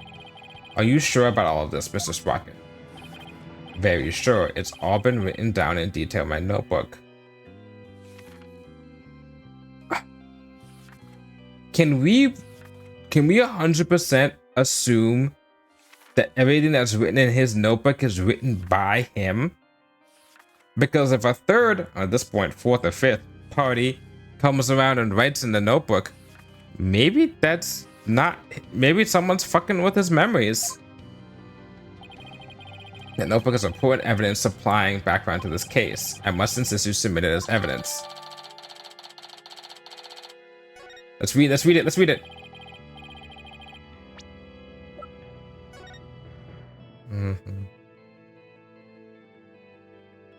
Okay. The lawyer said I had turned to murder, but that's just not true. However, it is true that my older sister and Dumas are both dead because of me and my negligence. I just glanced through Mr. Sprocket's notebook. I wasn't able to read the part about when he was stabbed due to the blood stain, but what's written here about his sister's car accident is exactly as he stated. Your Honor, as long as it matches what's written in that notebook, can we still take the witness's testimony as valid in spite of his memory disorder? Yes, I believe we can. I understand now that the witness's memory is in disarray. But what if Mr. Sprocket himself wrote in the notebook is true? Then that means by the time Mr. Sprocket's party reached the scene, the victim had already been killed.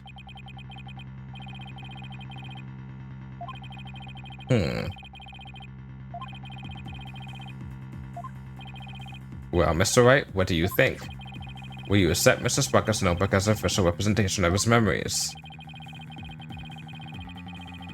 No. Absolutely not. Wait a minute, Your Honor. Defense requests a chance to examine the notebook to see if it's trustworthy. Very well, but be quick about it. Thank you, Your Honor. So how will we examine it? Well, we should look at it from all different angles to see if there's anything suspicious.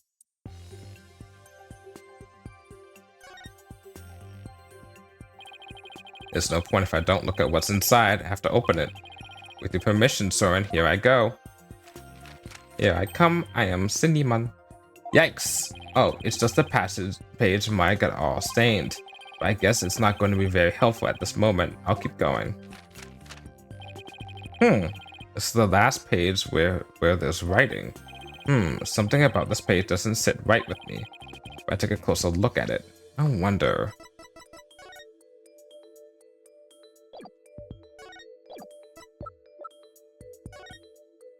No, yeah.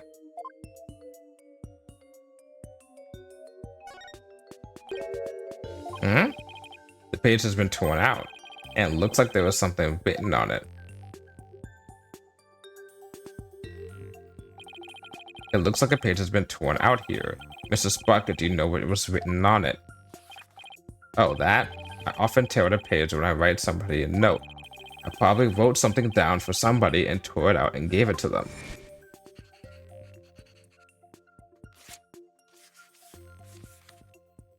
It can't be that note, right? Because it's not torn the same way.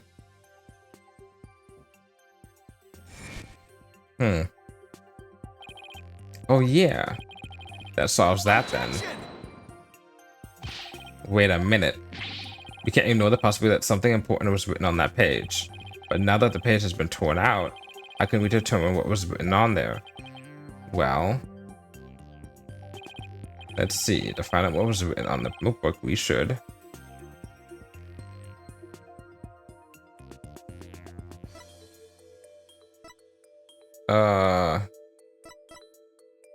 hold it up to the light. Oops, hold the notebook up to the light. I don't see a thing. What are you flaying about over there, Mr. Wright? No, just wait a minute, Your Honor. I just need a little more time to... Mr. Wright, this court does not accept answers in the form of pantomime. Pantomime. Okay, well... Is that my first doc of the case? No, it can't be.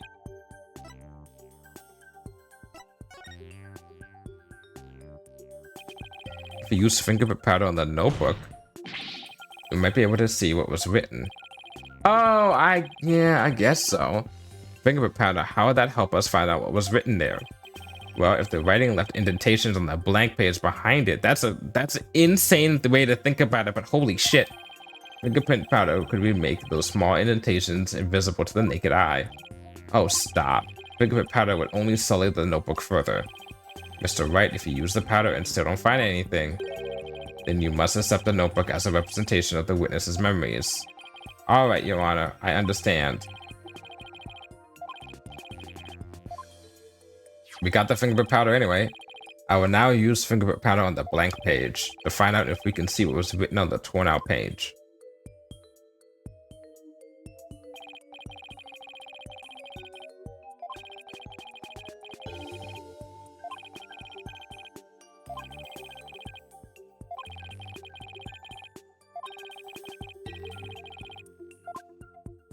Okay.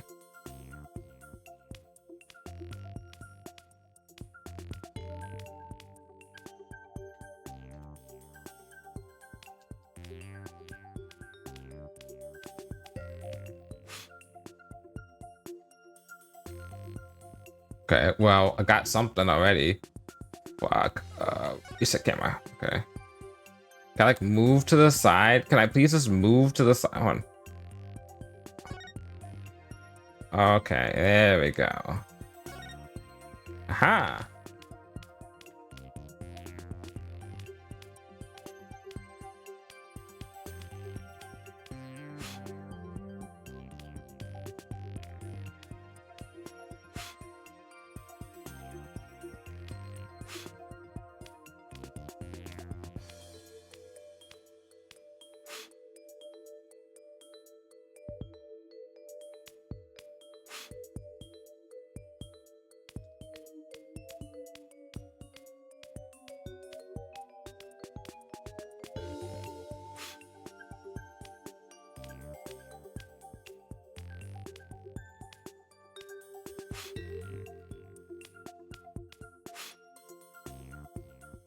Is it I or she?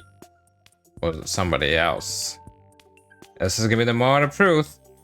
I mean, to be fair, also, we can't prove that he's the one who wrote this. Oh, hold on. Oh, it's I. Okay.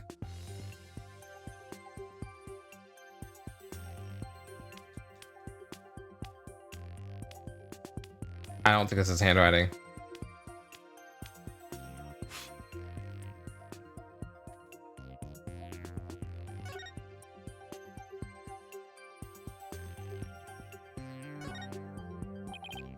It says, I struck and killed Doomus.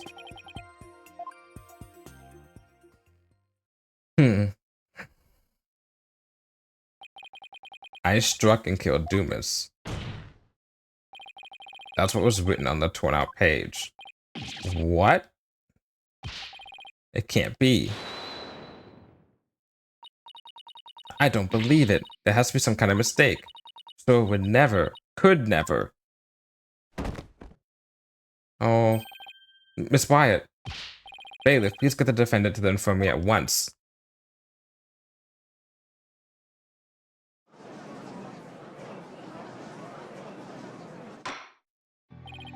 Apparently, the defendant got too worked up. She's resting in the infirmary as we speak. Now then, please continue, Mr. Wright. Yes, Your Honor. This notebook is all Sprocket has to remember things by. With this critical page torn out, not even Mr. Sprocket himself knew the truth of what he'd done. I'm the one who killed Dumas? So it wasn't Ellen? Oh, thank goodness. Mr. Sprocket, does this mean you were at the crime scene during the murder after all? I guess I must have been. But Mr. Sprocket, can we really believe that's what's written in this notebook? Nobody touches this notebook but me, and when I sleep, it's under lock and key. I remember writing that I killed Dumas, but I guess I must have. Well, now that we have a confession, I'm afraid I'm render my verdict. Of all the... Yes, Your Honor, please give your ruling now while Ellen is asleep. I want the woman I love to be set free as soon as possible. Soren really does love Ellen after all, doesn't he?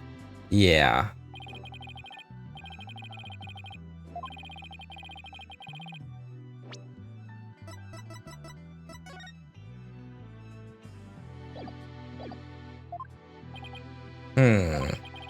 I know we should consider anything written in the notebook to be the truth, but still. I myself wrote of the crime in my notebook. No further proof is necessary. Did he? Very well. I will now give my verdict.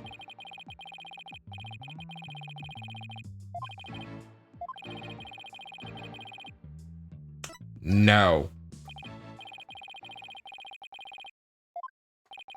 This court finds the defendant Ellen Wyatt. Your Honor, there's still something that bothers me about that notebook. Oh, is there? What are you doing, Mr. Wright? All you have to do is keep quiet and your client's a free woman. I know, but I think there might be more to this case than meets the eye.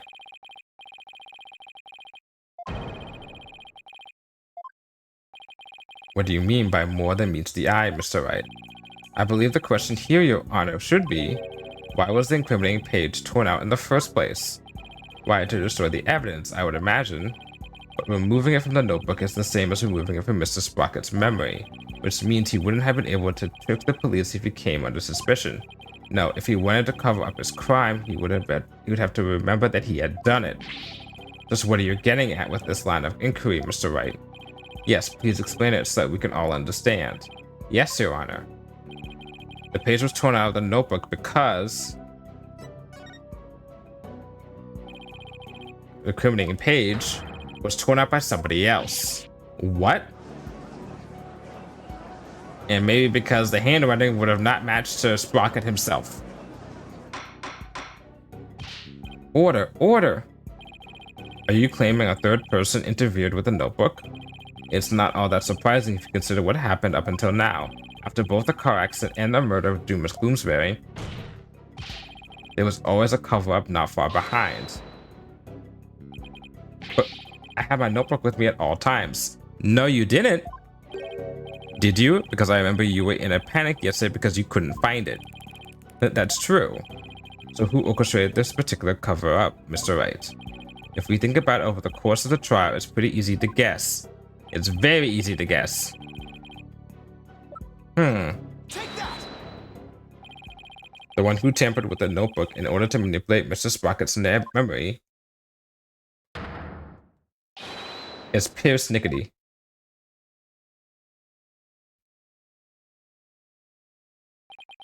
Pierce? Pierce tried to tamper with my memories? Pierce was manipulating me?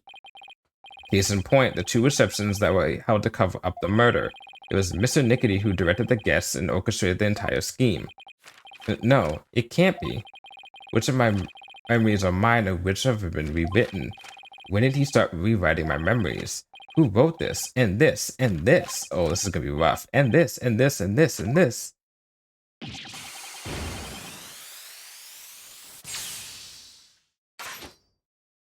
Uh-oh. Oh shit, he's blasting off. He literally took off.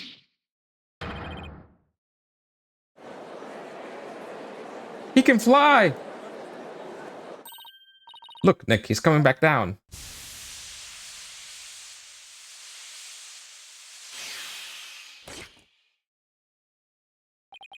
My memories, Ellen.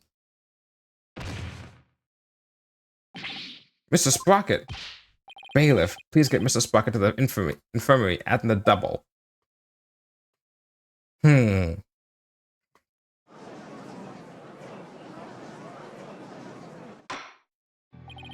Mr. Sprocket has been taken to the infirmary. We don't have to worry about him running away, so let us resume where we left off. Your Honor, the defense would like to call Pierce Nickety to the stand. Objection. We already know he carried out the cover-up to protect the company and Mr. Sprocket. What more do you want from him? This time it's different. The notebook, or rather, Mr. Sprocket's memories have been tampered with. That means the only person who knows the whole truth is now Mr. Nickety. Don't tell me. Are you actually trying to drum up a third suspect in order to exonerate the defendant and her groom? I'm not drumming up anything, nor do I have grounds to accuse him of anything yet. All I know is that Mr. Nickety is the only one who knows the truth.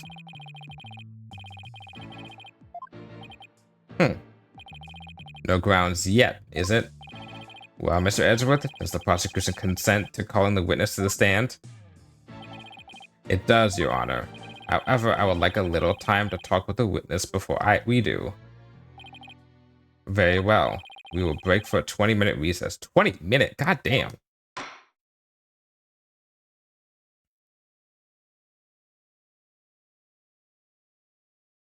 A to be continued here? That makes sense. Bing. Oh, stretch my arms. Oh my god, my arms.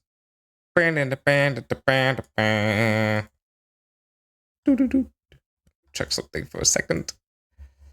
Alright,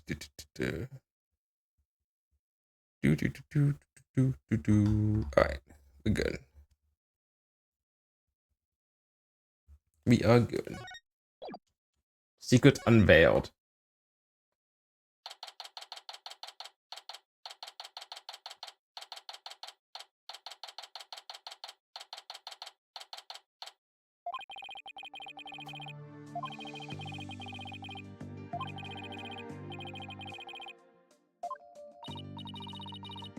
So, do you think Pierce did it? Yes. It's too early to say anything at this point, but yes. But I do think he's still hiding something, like murdering the victim. Nick, why didn't you pin everything on sore and loser back there? Are you fucking kidding me? If this Pierce guy's the real bad guy, then Soren and my Ellie will live happily ever after together. Larry, give up. That's not the kind of thing a decent human being says. Shame on you, Larry. Oh, boo-hoo. You think I don't know? You know, I know I have to give up on my Ellie.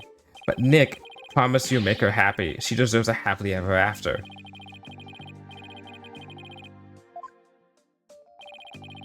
The man who was cucked to death.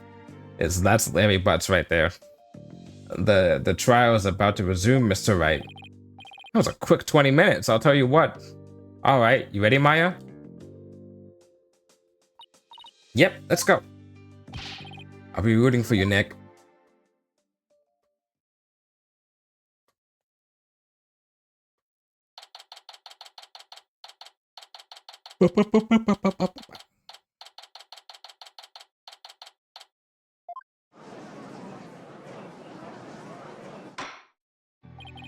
This court is now back in session. Witness, please take the stand. The moment of truth. The man of the hour. The VIP. Please state your name and occupation. My name is Pierce Nickety. I'm the Sprocket family butler. Let's get straight to the point, Mr. Nickety. Someone tore out a page from Mr. Sprocket's notebook to manipulate his memories. And that person was you, wasn't it? That is correct. What about it? Okay. So why did you do it? Why did you tamper with Mr. Sprocket's notebook? Please allow me to explain. It pains me to do this, but I will tell you the truth. It pains you? That is correct. But my testimony will go against Master Soren's wishes. He's trying to incriminate Ellen in it.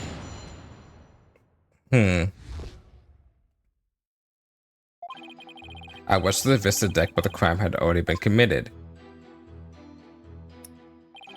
I saw Miss Ellen and Miss Gloomsbury collapse and Master Soren writing in his notebook.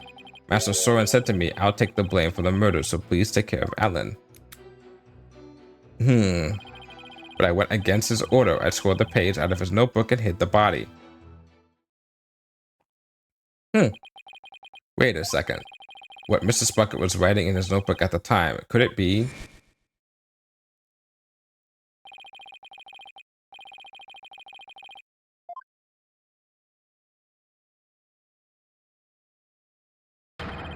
He wrote that message to take the blame for Miss Wyatt? That is correct. Master Soren did hit Gloomsbury with the timekeeper to save Miss Ellen. Then Mr. Sprocket was the culprit after all. However, that blow did not kill Gloomsbury. That makes sense. Mr. Sprocket's injury wouldn't allow him to put much force into it. Enraged, Gloomsbury tried to attack Master Soren, who was already seriously wounded. But just in the nick of time, Miss Ellen hit Gloomsbury from behind and finished him off, it would seem. So the one who inflicted the fatal blow was the defendant? Yes, that is correct. But Master Soren tried to take all of the blame onto himself. No way. This is pretty bad, Nick. No kidding. Well, Mr. Wright, it seems your decision to call for Mr. Nickety has backfired. For the true culprit behind this case remains the defendant, Ellen Wyatt.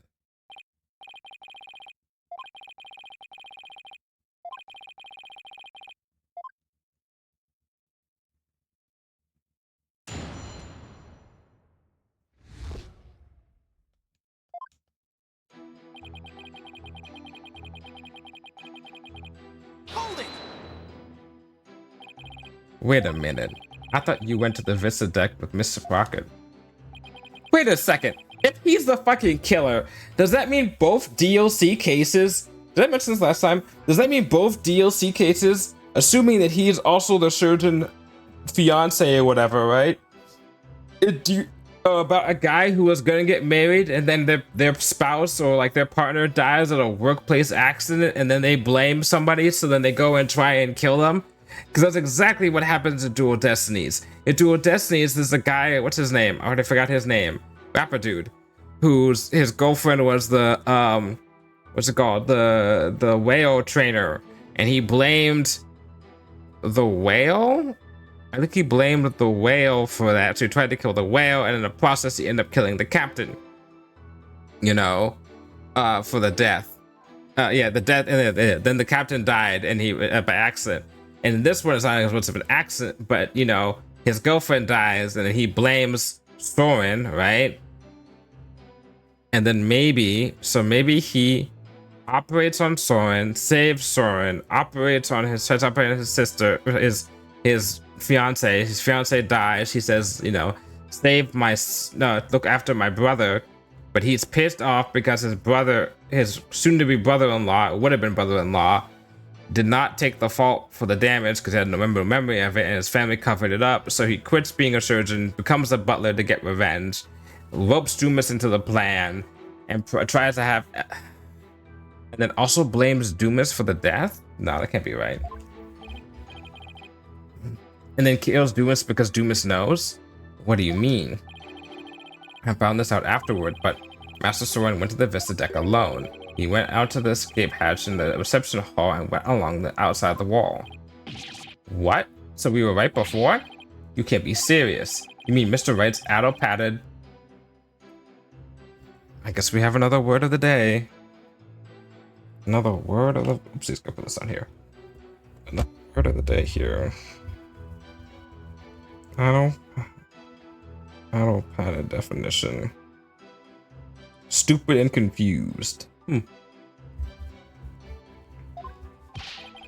What's with the adult padded? I suppose truth really is stranger than fiction. So, Mr. Nickety, when you got to the scene, you saw Mr. Gloomsbury, Miss Wyatt, and Mr. Sprocket. Is that right? That is exactly right. Okay.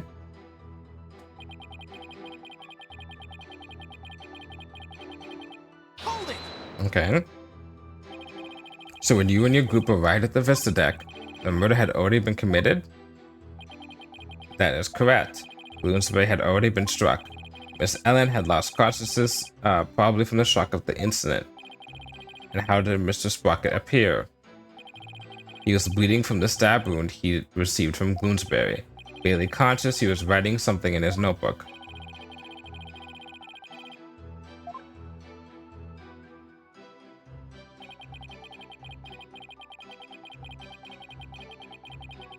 Hold it! So Mr. Sprocket wrote a note of confession in order to take the blame for Miss Wyatt? Yes, that notebook is the only form of memory Master Soren has. To understand what his action meant, I trust. But what did it mean, Nick? To Soren, everything in that notebook is true. So Soren tried to take the blame by altering his own memory to make himself think he did it. No. Master Soren truly loves Miss Ellen. It must have been love that made him do that. We know this isn't the truth because we know that Soren's been operating on the fact that he thinks that he did not commit the murder. He doesn't think he didn't think he committed the murder until we brought up the fact that the notebook that made it look like he committed the murder. Now, because of the fact that he didn't know about that when he had the page beforehand, then that means, well, unless Nickety, no, like, yeah, he wrote it down and then we can't prove when it was ripped out. Does he know? No, he wouldn't know when the page was ripped out. So it's possible for Nickety to have ripped out that paper way before we even got to the scene. Huh. Okay, I guess that Nickety has that covered. Shit. Must have been love that made him do that. I was against his order. Hold it! You hid the body. Okay. Mr. Nickety, could you please tell this court about that more in detail? That, you say. Which part do you mean, Mr. Wright? Could you be more specific? Oh, alright. And in the body. Please tell me more about the hiding of the body. Very well. Okay. After saying he would take the blame, Master Soren passed out. That's when I hid the body. I quickly took the lift down to the hold, where I hid Mr. Gloomsbury's still warm body in the spare Pokeball lantern. So it was you who hid the body, not the defendant? To think Mr. Butts would move the lantern containing the body to the reception hall. Well, I did not see that coming.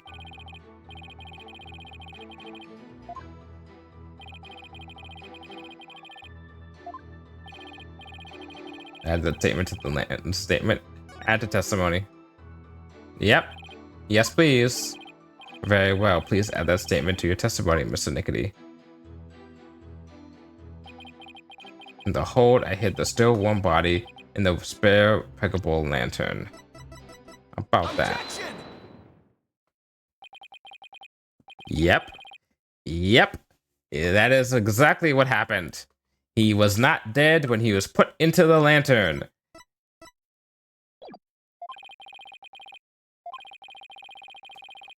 Yep. Mr. Nickety, you said the body was still warm when you hid it, correct? So then what if Mr. Gooseberry was still alive when you put his body inside the lantern? What? What? That's preposterous. Actually, this shows the victim might have been alive while inside the lantern. I'm afraid we'll have to point out which part you're still talking about, Mr. Wright. Okay. Take that! As you can see, the back end of the lantern is a door, and there's blood on the wheel handle. Protection. That blood stain must have gotten there when the witness put the body inside the lantern. It in no way shows the victim drew his last breath while he was within the lantern. I disagree, Mr. Edgeworth, for you see, in putting this lantern back together, the police inadvertently placed the inside handle on the outside and vice versa. Sorry, Emma, for calling you out like that. In other words, the wheel handles got swapped. Oh my, so they got swapped? Yes, they got swapped. What? But that's ridiculous. Not at all. If you compare the other male peggable lantern in the reception hall,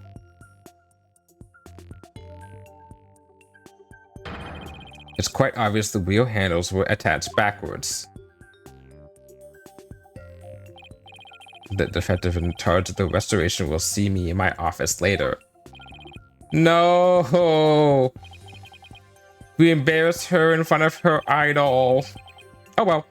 In that case, what does that blood stain on the wheel handle mean? The blood stain didn't get there by chance. When the victim was put inside the lantern, he was only unconscious, not dead. When he regained consciousness, he probably tried to out of the lantern.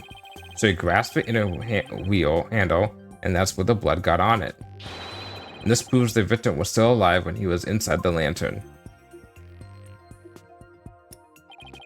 At the time, I was completely convinced Miss Bloomsbury was dead.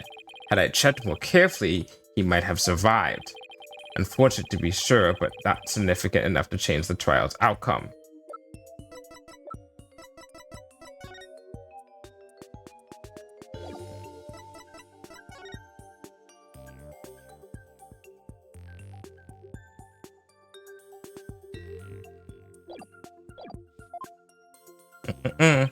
Again, I disagree, Mr. Edgeworth.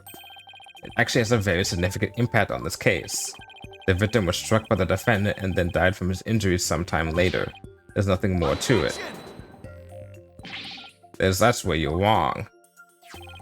Let's take another look at Mr. Bloomsbury's autopsy report, shall we? Please focus on the description of its injuries. It says one contusion was found on the back of the head and one on the side. Yes, the one Mr. Sprocket gave him and the one Miss Wright delivered to finish him off. No, the defense would like to submit a different interpretation. A different interpretation? The victim was not unconscious by the first blow when it was put into the lantern. Then, what about the lethal blow by the defendant that the witness talked about? Yes, well, that didn't happen. After some time, when the victim regained consciousness and tried to get out of the lantern, that's when you see the second blow that finished him off. Taking into account the fact that the victim was alive for the period after the first hit, that he did receive a second blow to the head, it does seem entirely possible. Yes, as long as the first blow didn't kill the victim instantly, then there's a possibility that someone other than Mr. Sprocket or Miss White delivered the fatal blow. That's all you've got? Even if there was a time lag between the two blows, the prosecution's position doesn't change. What? What do you mean? It's elementary, Mr. Wright. After the reception, when the defendant was cleaning up the reception hall, the victim, who was supposed to be dead, suddenly came out of the lantern. The defendant grabbed the murder weapon, which was right there, and finished him off. Okay, I'll give you that one. That's a good theory. That theory sounds awfully familiar. Of course it does, Your Honor, because it's exactly what I proposed at the very start. The second blow was inflicted by the defendant after all. I see. It seems the tangle of mysteries have unraveled into a single thread. But as long as there's a possibility that the fatal blow was delivered by a third person, then we must continue the deliberations.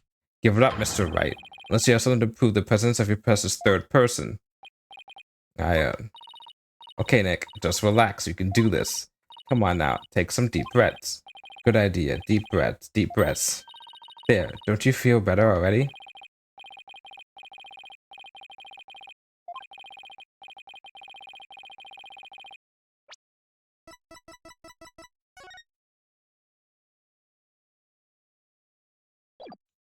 The flowers? The flowers got in there? Okay, so that's one thing.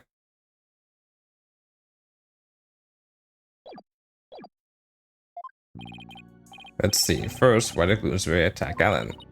Because he was tired of taking the blame for the accident? But something about that line of reasoning just doesn't feel quite right to me. No? How come? Well, if it's just a personal vendetta, he had already stabbed Soren. So why then was he so determined to go after Ellen? You're right, this whole thing feels too premeditated for a crime of passion. But Bloomsbury didn't seem to have a personal grudge against Ellen.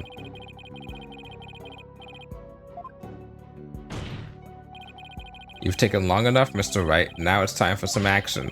What proof do you have that a third person was involved? Alright, I'll show you.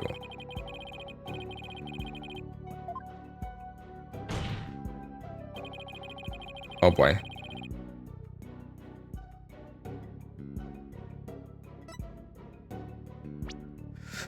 Oh, this is actually a tougher one. Okay.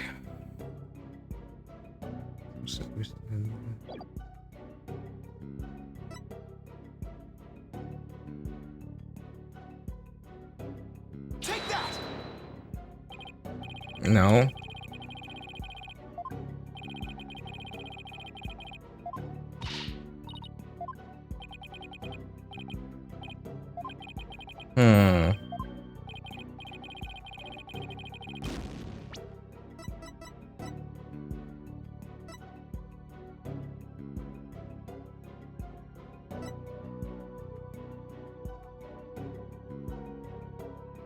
Yeah, right-handed person.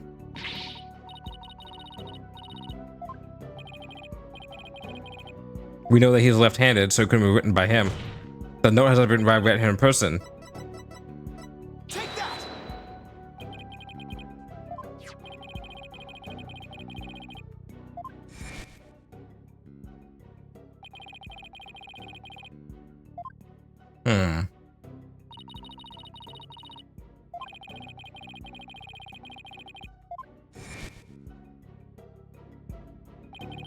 Your Honor, please take a look at this note.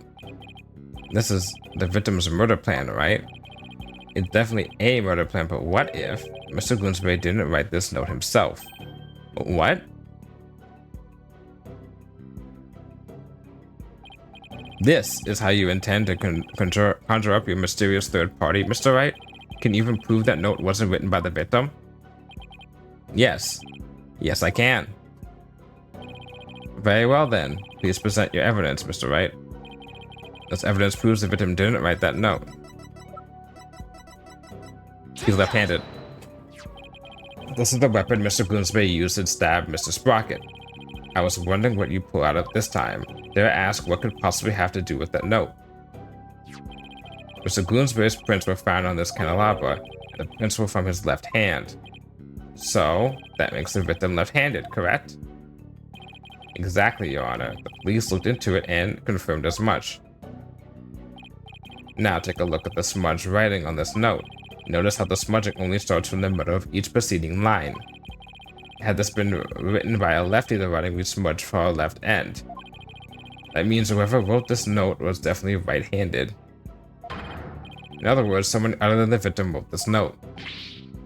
What? But if someone other than Mr. Bloomsbury wrote it, then what does this note mean? Mr. Bloomsbury followed this note to the letter when he attacked Miss Wyatt. So clearly this note isn't a murder plan written by Mr. Bloomsbury, but rather, those are instructions to kill Miss Wyatt issued by somebody else. If it wasn't the victim who wrote these so-called instructions, then who wrote it? Most of the people involved are right-handed, you know. He is correct. The majority of the family of the employees who are on the airship are indeed right-handed. I must say that is a very rough and slipshod conjecture you proposed. Leave it to Mr. Edward to go for the juggler.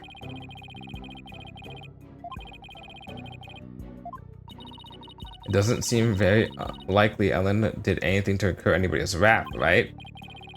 Right. Maybe because she was going to get married and they're like, oh, if I can't be happy because my fiance is dead, then you can't be happy. In that case, it has to be about Soren. If somebody were to hold a grudge against Soren, what would it be about? The accident, I guess. I can understand if Bloomsbury felt resentful for having to take the blame, But the one who lost the most of the accident was Soren's sister. She lost her life after all. Soren suffered too, of course. He was crushed by losing somebody so precious to him. We're forgetting somebody. You're forgetting somebody. Somebody precious, huh? Soren's sister. Wait, there's one more person. There's someone else who was hold a grudge against Soren. Did you figure something out? I think so. I think there's somebody else who used Bloomsbury to try and get revenge against Soren. Did you say somebody tried to get revenge against Mr. Sprocket, Mr. Wright? The person who manipulated and used Mr. Bloomsbury was... The person who used Mr. Bloomsbury to try and get revenge on Mr. Sprocket and then finished Mr. Bloomsbury off to silence him, there we go, was a man dear to Mr. Sprocket's older sister, Selena Sprocket's fiance.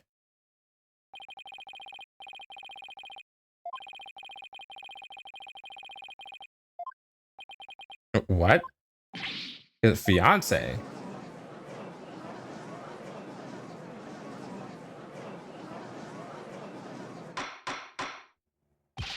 Order in the court. Order, I say. Oh, now I see where this all falls apart. Because I remember someone saying last time that if you look at something early on in the case, you could figure out something. And yeah, it's the left-handed, right-handed stuff is partially some of it. Yes, it does seem quite believable that Miss Selena Sprocket's fiance would bear a grudge against Mr. Sprocket for his role in the accident.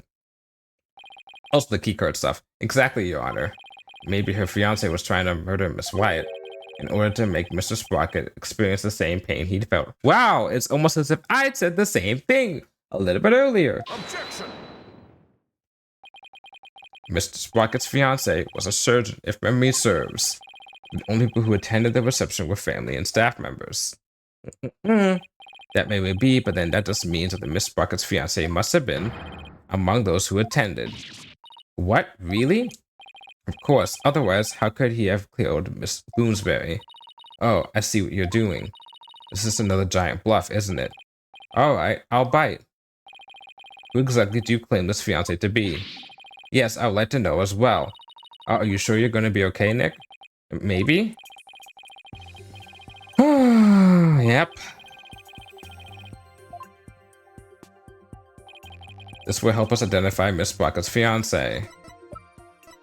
The picture. Please take a look at this photo, Your Honor. That photo. I wonder what could be in here. Notice Miss Sprocket's pocket watch. Haven't you seen it somewhere before? Oh, I don't even have to point it out. They just let me. Okay, fine, let's go. Yes, like you mentioned, I do feel as if we've seen it somewhere before. Yeah, okay. I notice you're not checking your time right now there, Sonny. I believe we've all seen it. Right here in this very courtroom. Impossible. Edgeworth gets it. That's right, the pocket watch in this photo.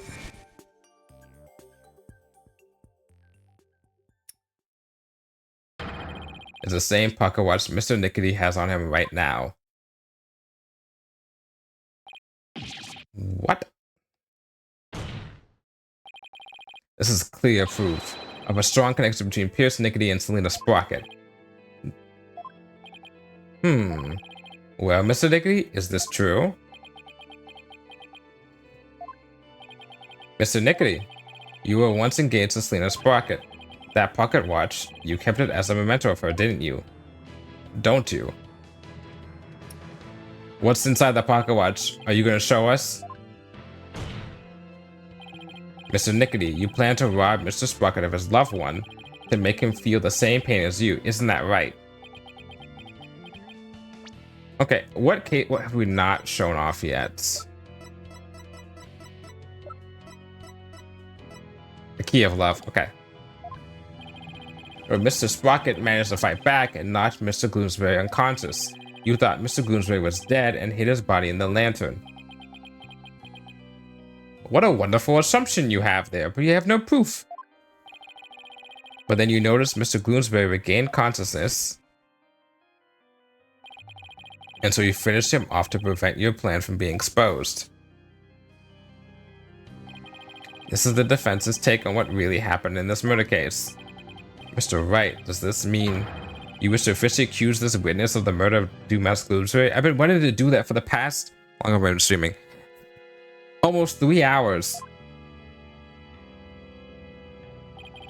Does the defense accuse Mr. McGiddy of the murder? Yes, I do.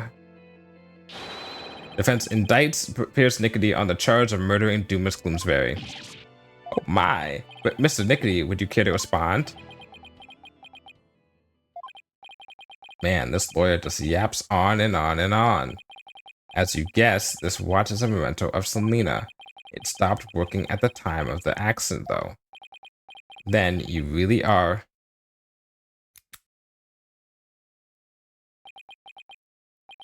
Yes, I was Selena's fiance, and not just her fiance, but the surgeon beside her deathbed. Objection! Mr. Nickety, why didn't you tell me any of this before? Shut it, you useless prosecutor. Okay. All right. All right. Gloves are off. You just called Edgeworthy useless? All right, boy. Let's go. Let's go. I thought you could be of use, but apparently this case was too much for you. What did you say? If your office hadn't stuck its nose all up in this, I could have swept it under the rug. Not only did you interfere with the case, but you even let me fall under suspicion. That's because you kept trying to cover things up on the sly. But covering things up wasn't your only involvement. The only person who had a motive to use the victim to try and kill Miss Wyatt was you.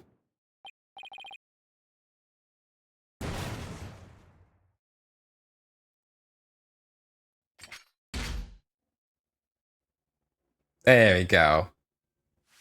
Mask off time.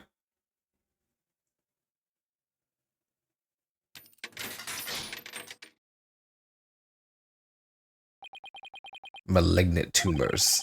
There are malignant tumors in this courtroom, lesions oozing with false charges.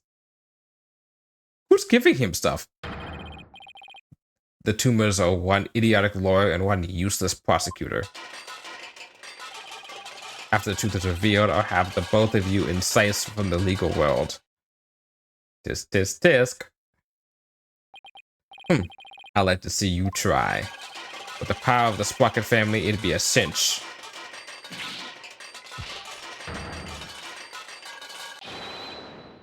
I will now begin the operation. What in the world happened to Mr. Nickety? Looks like he finally showing his true colors. Nick, look what he did to that shoulder mech. Quit your yapping before I suture your chatty lips shut. It's like he's a completely different person. It's his mask off moment. Everyone gets one. Every bad guy gets one. Sure looks like it, huh? We can't let our guards down now. Mr. Nickety, it's finally a time for you to testify to the truth. It seems we're entering the final act at last. Witness your testimony, please.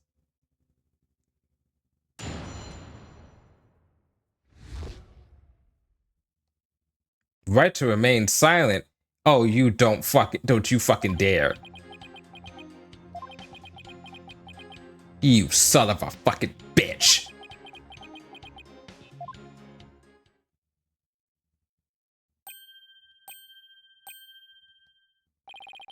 Mr. Nickety, why didn't you say anything?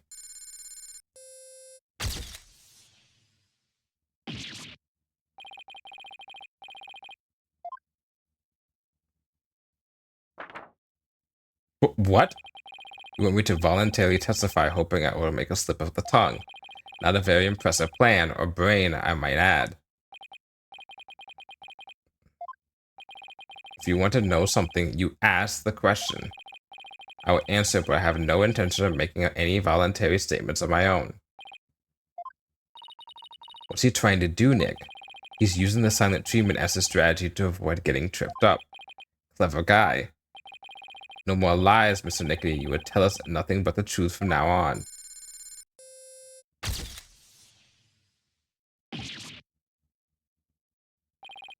What do you think you're doing? He's getting a picture. Is there an ask off on the... Okay. No one asked you to speak. Just keep quiet over there and play with your frills. How dare you? Well, this is a rather unconventional situation, but please proceed, Mr. Wright. Yes, Your Honor. Okay.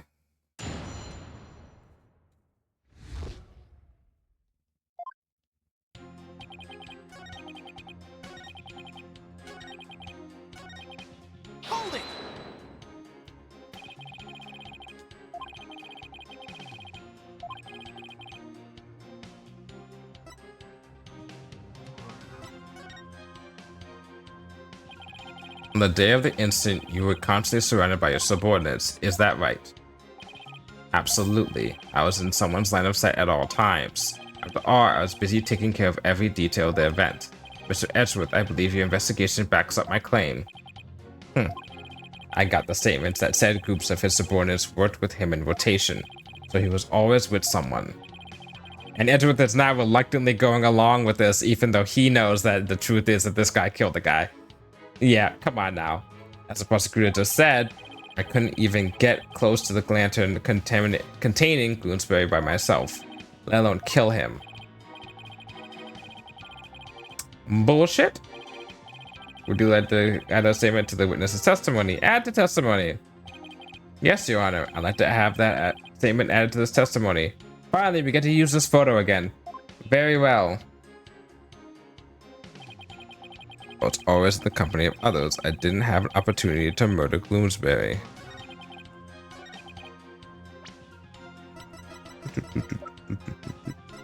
Objection! There we go. Door slam. Table slam. Mr. Nickety testifies he was always with someone at the time of the incident and never had a moment alone to commit the crime. Yes, the police investigation backs that statement up, doesn't it? But there was an opportunity, in fact, one and only one. A moment where Mr. Nickety could have killed Mr. Gloomsbury without anyone noticing. What? And the one thing that made that moment possible is shown here in this photograph. With all those people watching, I couldn't have possibly committed the murder. Do not believe him, Your Honor. This lawyer is a malignant tumor. He wants to infect his judicial body with... What? The judicial body with virulent... Yeah, violent? Violent? Virulent or violent? I'm gonna say virus, so violent accusations. Mr. Nickety, I would ask that you keep quiet this time. We need to evaluate the defense's claim. And your yammering only serves to throw further suspicion your way. Mr. Wright, let's see this one thing you mentioned, but be warned. This had better not be one of your offhanded claims. Who do you think you're talking to, Mr. Edgeworth? Very well, Mr. Wright. Please point out for us the one thing that made a moment of murder possible. That one moment what made it possible for Mr. Nickety to kill Mr. Gloomsbury.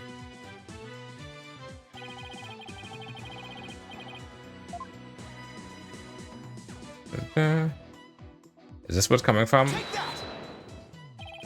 The one thing that made the moment of the murder possible is this thick mood fog that engulfed the entire reception hall. It is under the cover of this fog that Mr. Nickety murdered the victim. What? Mr. Nickety was standing right next to the lantern that Mr. Gloomsbury was in. This was the only moment the murder could have been committed without being seen. I can accept that there was a moment when the witness was obscured from the others by fog. However, but that doesn't prove Mr. Nickety killed the victim at that very moment. If you can't prove the crime was committed during the reception, the trial ends here.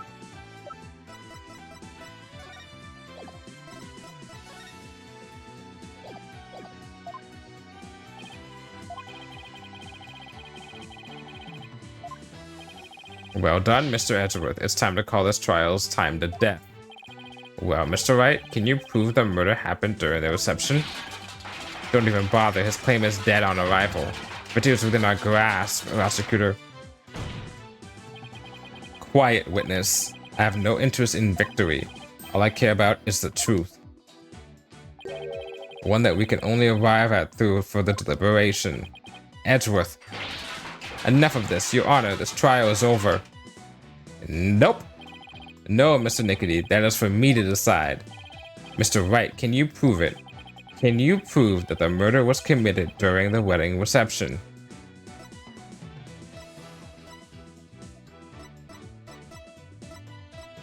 Mm-hmm.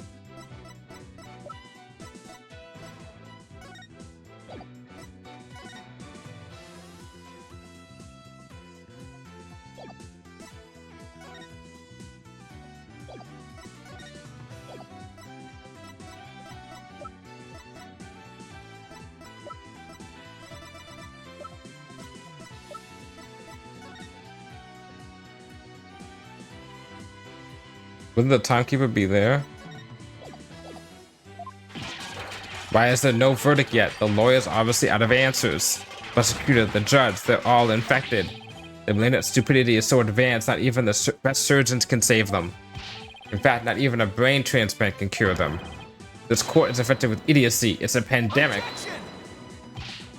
Mr. Nickety, that's enough already. Finally ready to give up, are you? No, just the opposite, actually. I'll prove the murder was committed during the reception by you. You prove it? Can you really, Mr. Wright? Yes, I can, Your Honor. Is it Mind Palace time?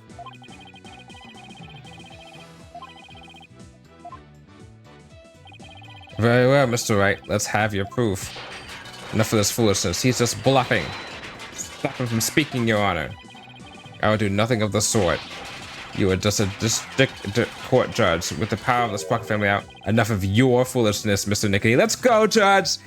Let's go! Exert your power for once. This judicial body would not succumb to the influence of money or power. Now then, let's hear it, Mr. Wright. Let's hear your truth.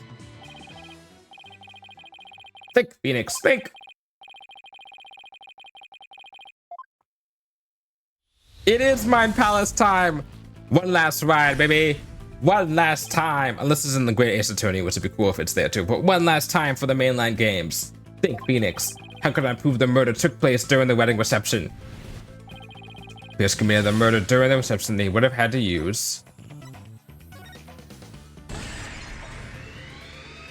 the murder weapon. Okay. Clutch. Okay, okay, we're going. Yes, the weapon that was used to strike the victim twice. According to the autopsy report, the victim was hit by the same object both times, so without a doubt, Pierce used it to commit the murder. The weapon used to kill Mr. Bloomsbury was the timekeeper. Okay, we got that. The timekeeper was the murder weapon. If Pierce struck the victim during that time, at one single moment, they must have used the timekeeper. Come to think of it, wasn't also used for something else during the reception. During the reception, the timekeeper is also used for the first startup of love.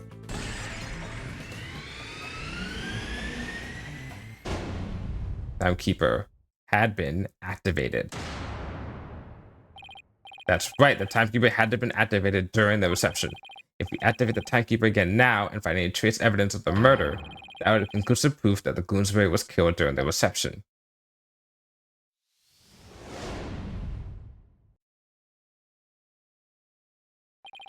A special ceremony took place during the reception in question. What kind of special ceremony? It was called the first startup of love. Apparently, the couple activated the timekeeper for the first time during it. Does that mean the timekeeper here in the evidence isn't activated at the moment? And what would happen if we were to activate it? Why don't we see for ourselves? It would give us a chance to examine it. And while we're at it, we just might find some conclusive evidence. What? No, you can't activate it. Mr. Nickety, keep quiet or I'll have you thrown out of court. By the way, Mr. Wright, this is supposed to be a time machine, right? We aren't going to travel back in time to the Stone Age or anything, are we? That would be cool. I don't think we have to worry too much about that, Your Honor. I'm still a little nervous nonetheless, but the truth must be known. Very well, go ahead and start up the timekeeper. Do you know how, Nick? I think so, maybe? The bride and groom each had a symbol of their love, and when they put them together, how romantic it was. Let's see, I think the symbol of the groom's love must be the timekeeper itself. What symbol of the bride's love would fit together with the timekeeper? Mr. Wright, are you ready to activate the time machine now? Yes, Your Honor.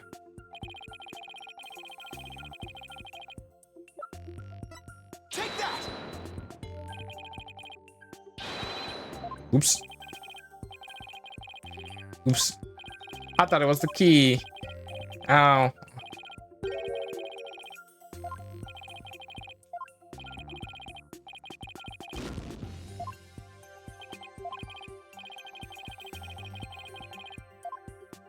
Okay, if it's not that, then it's this. Miss Wyatt's pendant is a symbol of the bride's love that's necessary for activating the timekeeper. What? Does that mean you can start it up with Miss Wyatt's pendant? I believe so, Your Honor. Very well, please try it now, Mr. Wright. Okay, here I go.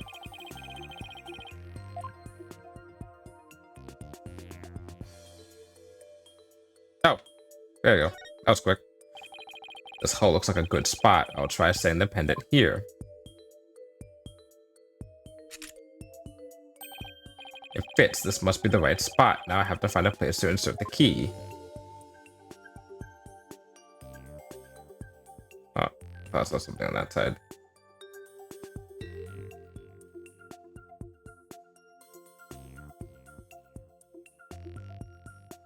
Would it just be the thing itself? This hole in the middle of the pendant. Could it just be it? It makes sense, right? If his was the key and hers is the pendant, you find out with the timekeeper.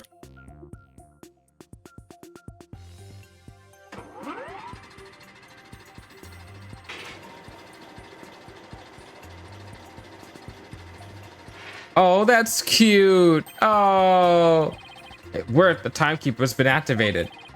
Now all I have to do is find proof that the crime was committed during the reception. Oh, how cute. And also there's blood. This guy was brought to justice by the love of two people the love of two people. The power of love. Just as I suspected, there's evidence of the murder inside the timekeeper of Mr. Nickety. The timekeeper was only activated and opened during the wedding reception, right?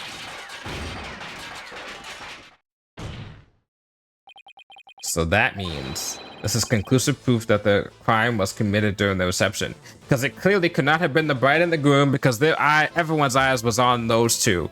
So it couldn't have been them.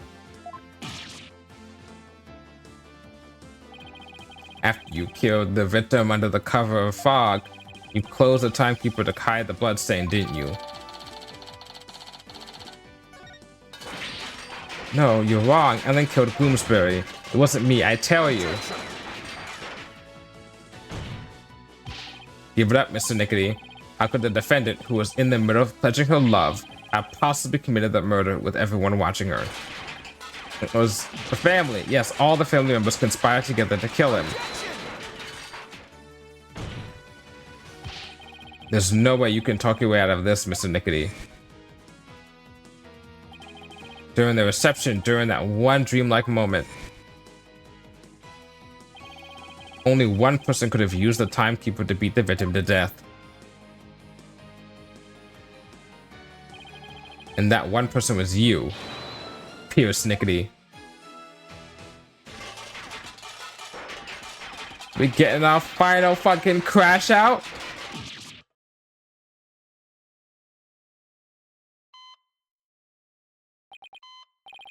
This isn't over yet.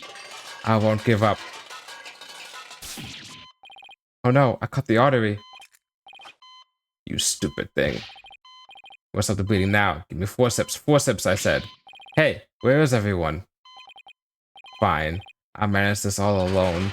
I'll do it all by myself. I can fix anything, repair anything. So you have to get better. You have to live. You must.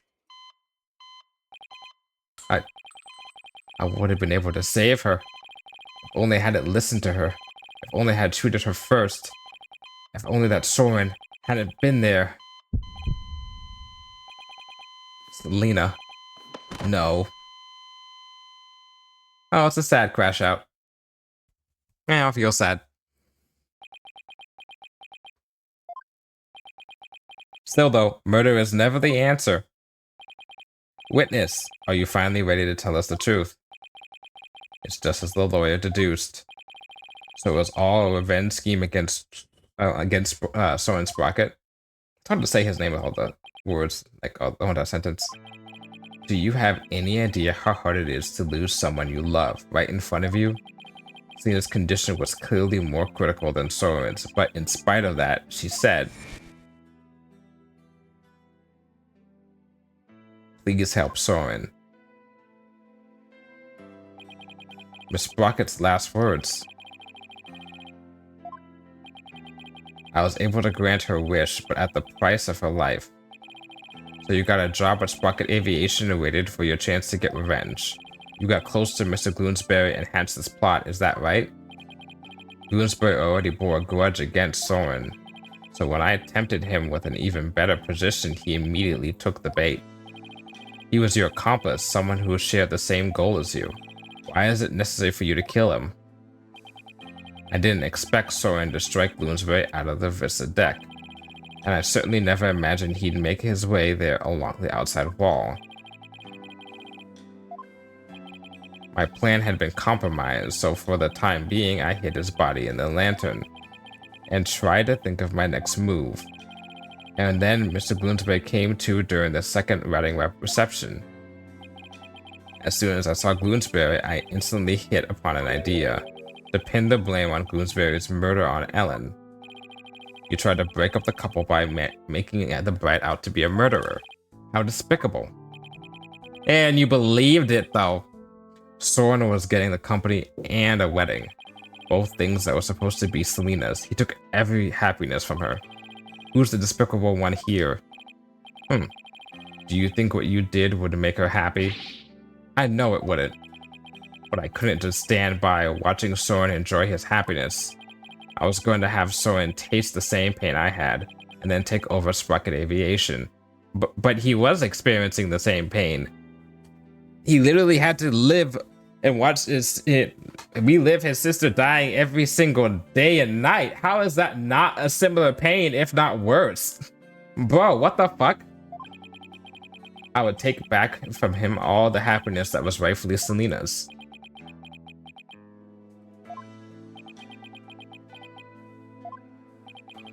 Time stopped for me the day I lost her. Just like this pocket watch of hers. Pierce. Miss Wyatt?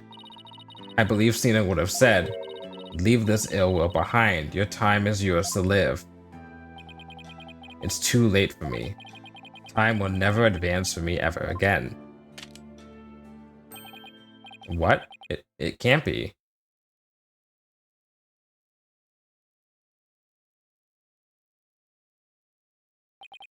I see now, Selena. What I did was wrong.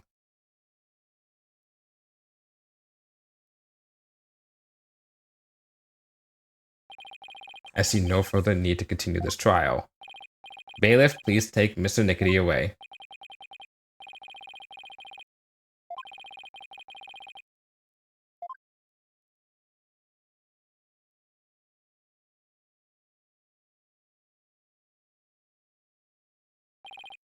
Now then, I must render my verdict regarding the defendant.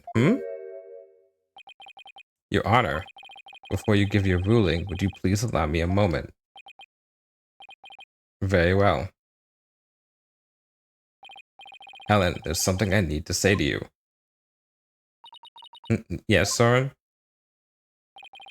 I put you through something truly horrible. This whole thing happened all because of me. I would understand if you wanted to call off our marriage. What?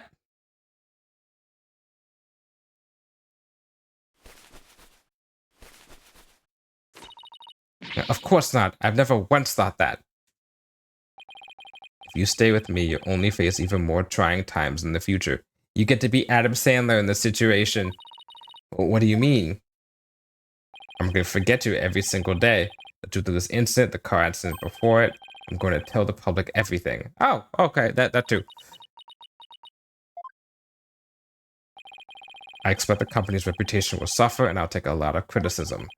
But I feel I can only really start over once I get everything out in the open. Soren. We're soaring, flying. After all that's happened, I might not have the right to ask you this, but, well, how should I say this? Maybe I'll just send over a plane.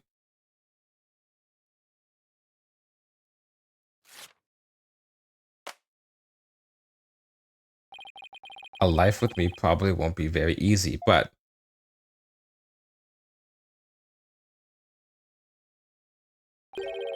Will you marry me?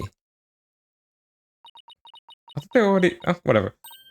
Yes. Yes, of course. Oh, she's got little freckles on it. She's happy and... Oh, that's cute. Put my light on. Ah, marriage is nice.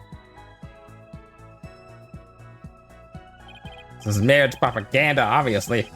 Your Honor, thank you for this time. Please continue with your ruling. Very well, but first I have one question. Do the two of you pledge your eternal love for each other to the goodness of justice, Themis? Not Themis! I guess Themis, alright. I do, Your Honor. I do. Does the prosecution or the defense have any objections? Well done, Your Honor. No, no objections here. Smart ass motherfuckers, we're getting married in a courtroom. The defense has no objections either, Your Honor. This court finds the defendant, Alan Wyatt. Ah, that's not right. This court finds the defendant, Alan Sprocket. Nice. Not guilty.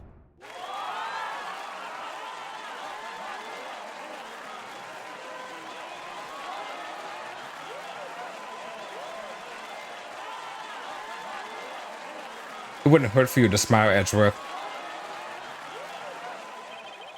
This court is adjourned.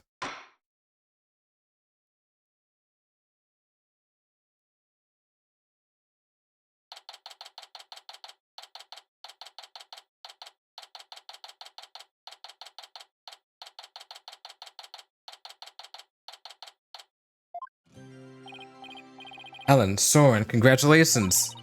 Mr. Wright, I can't thank you enough. If you hadn't exposed the truth, Soren and I we wouldn't. But now you can finally start your new life together, right? Oh, thank you. Mr. Wright, we'll be holding a real wedding ceremony in the near future. Would you do us the honor of coming to it? I want you to witness our fresh start. Of course, I wouldn't miss it for the world. And Ellen, this time it'll finally be happily ever after, right? Oh, yes. The two of you have persevered and overcome this trial together. Now, no matter what obstacles come your way, I'm sure you'll be able to handle them. And there's another thing I'm sure of too. This person will always be watching over the two of you. Take that! Selena, yes, I think you're right. And we promise to live life to the fullest, for Selena's sake too. Right, Soren? That's right.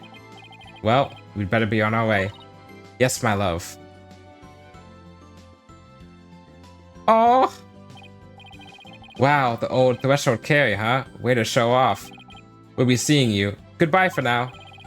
I'm looking forward to that wedding. Hold on tight, Ellen. You better believe I will. I'm never letting you go.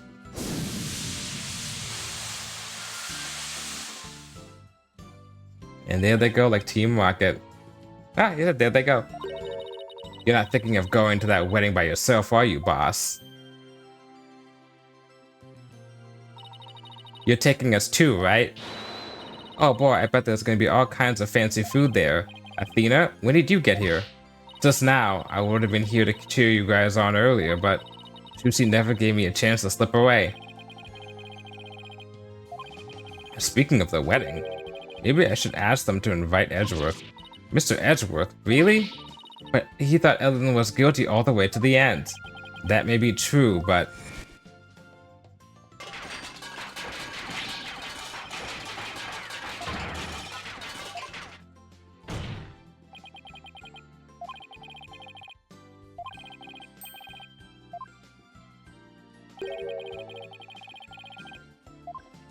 Ah, it's the growth that he had from the previous games, including his spin-off. If he hadn't stood up for us when he did, the trial probably would have ended there. You mean Mr. Edgeworth gave us that chance? Maybe. Though knowing him, I doubt he'd ever tell, even if he asked. Even I asked. Well, if that's how you feel about it, Nick, then why not try to get him invited? Hey, Maya. Have you ever tried to catch the bouquet? What? No. I never have either. Fighting over a bouquet that's been tossed by the bride. Talk about a fierce competition. I'm totally stoked. I'm not sure it's really supposed to be all that competitive. I'm a pretty good jumper, so I think I've got a chance. And Larry, how did you manage to stay so quiet for so long? Shut up! Wishing the lady you fell in love with every happiness is what a real man does. Alright, that's the most solid thing you said today, Larry. Darn it all, if only I was 10 years younger, things would have gone differently. Hands off. Hands of time, why won't you turn back for me? We'll get you a girlfriend some point, Larry. As soon as you work on your shift.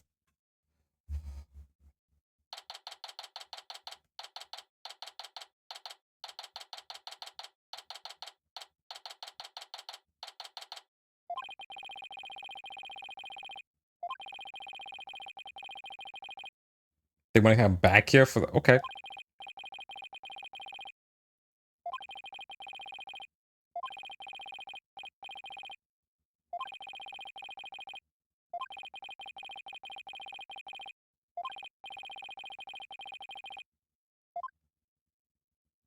Do we get like an animation of the wedding?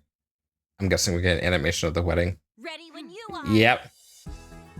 Ah, the three ladies going for it. Here we go. Huh? Oh. Oh, hey! Look who's next! Let's go, Lemmy! Let's go! No! Let him believe! Get back! Haven't you ever heard of ladies' response? I'm truly blessed to have you.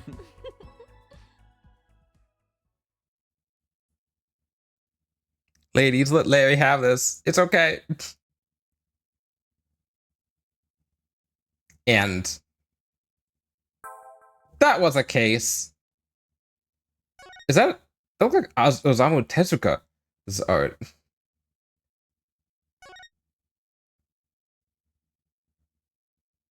We did it. I did it. Every single case has been done.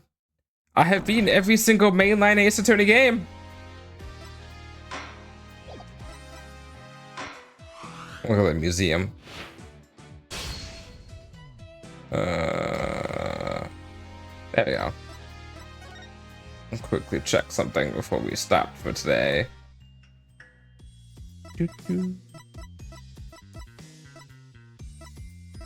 Key visual installations. Okay, that's what I got. Okay. This is from 6. Oh, what is the 1, 2, 3? Oh, I see. It's from 4, 5, and 6. I see.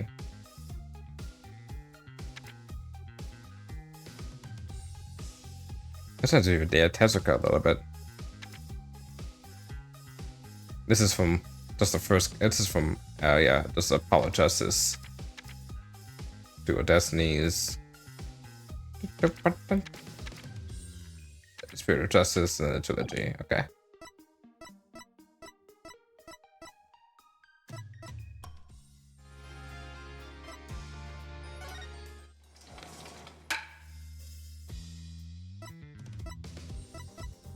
Wait, I can just look at fucking animations.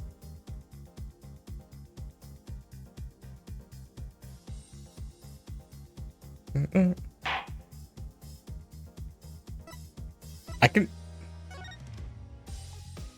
Your Honor. Hold on.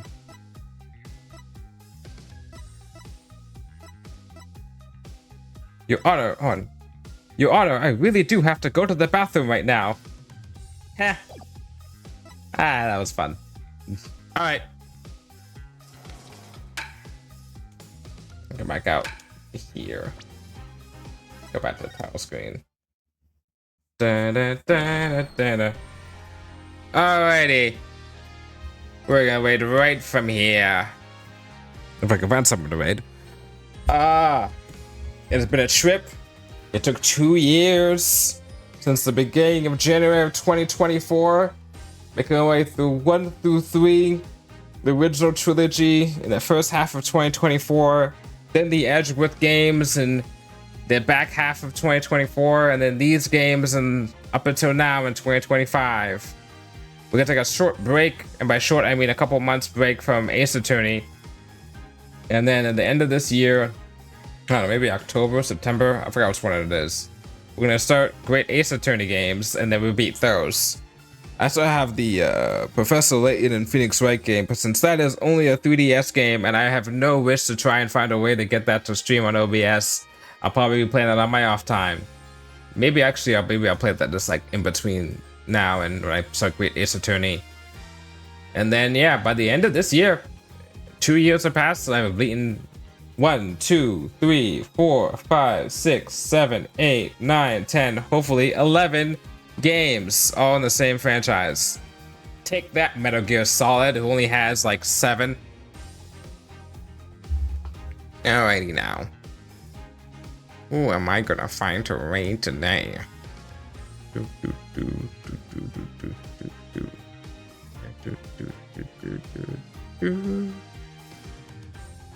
Let's go. I almost say I haven't raided Freya in like forever.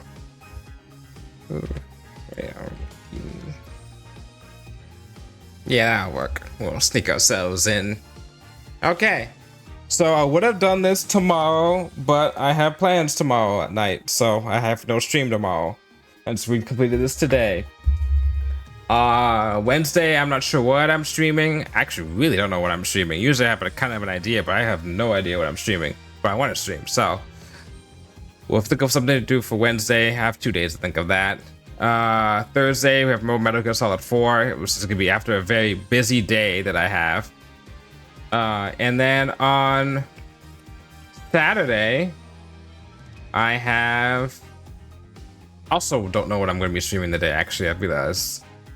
Let's see what I got. I got Wuwa, I got FF14. I can start doing work on some stuff and do like a work stream on either of those 2 days. I can play some Overwatch. No, those are some of the options I have. Maybe play like a small game, doesn't take that long. We'll see. Maybe I'll see if a certain somebody wants to do some Lego Star Wars, but I think he's also busy. We will see. But until then, thank you for watching, and if you manage to get through watching all of these, if I actually do make a VOD of this and a playlist of this, thank you for sitting through all of these. I highly doubt it, but still, bye.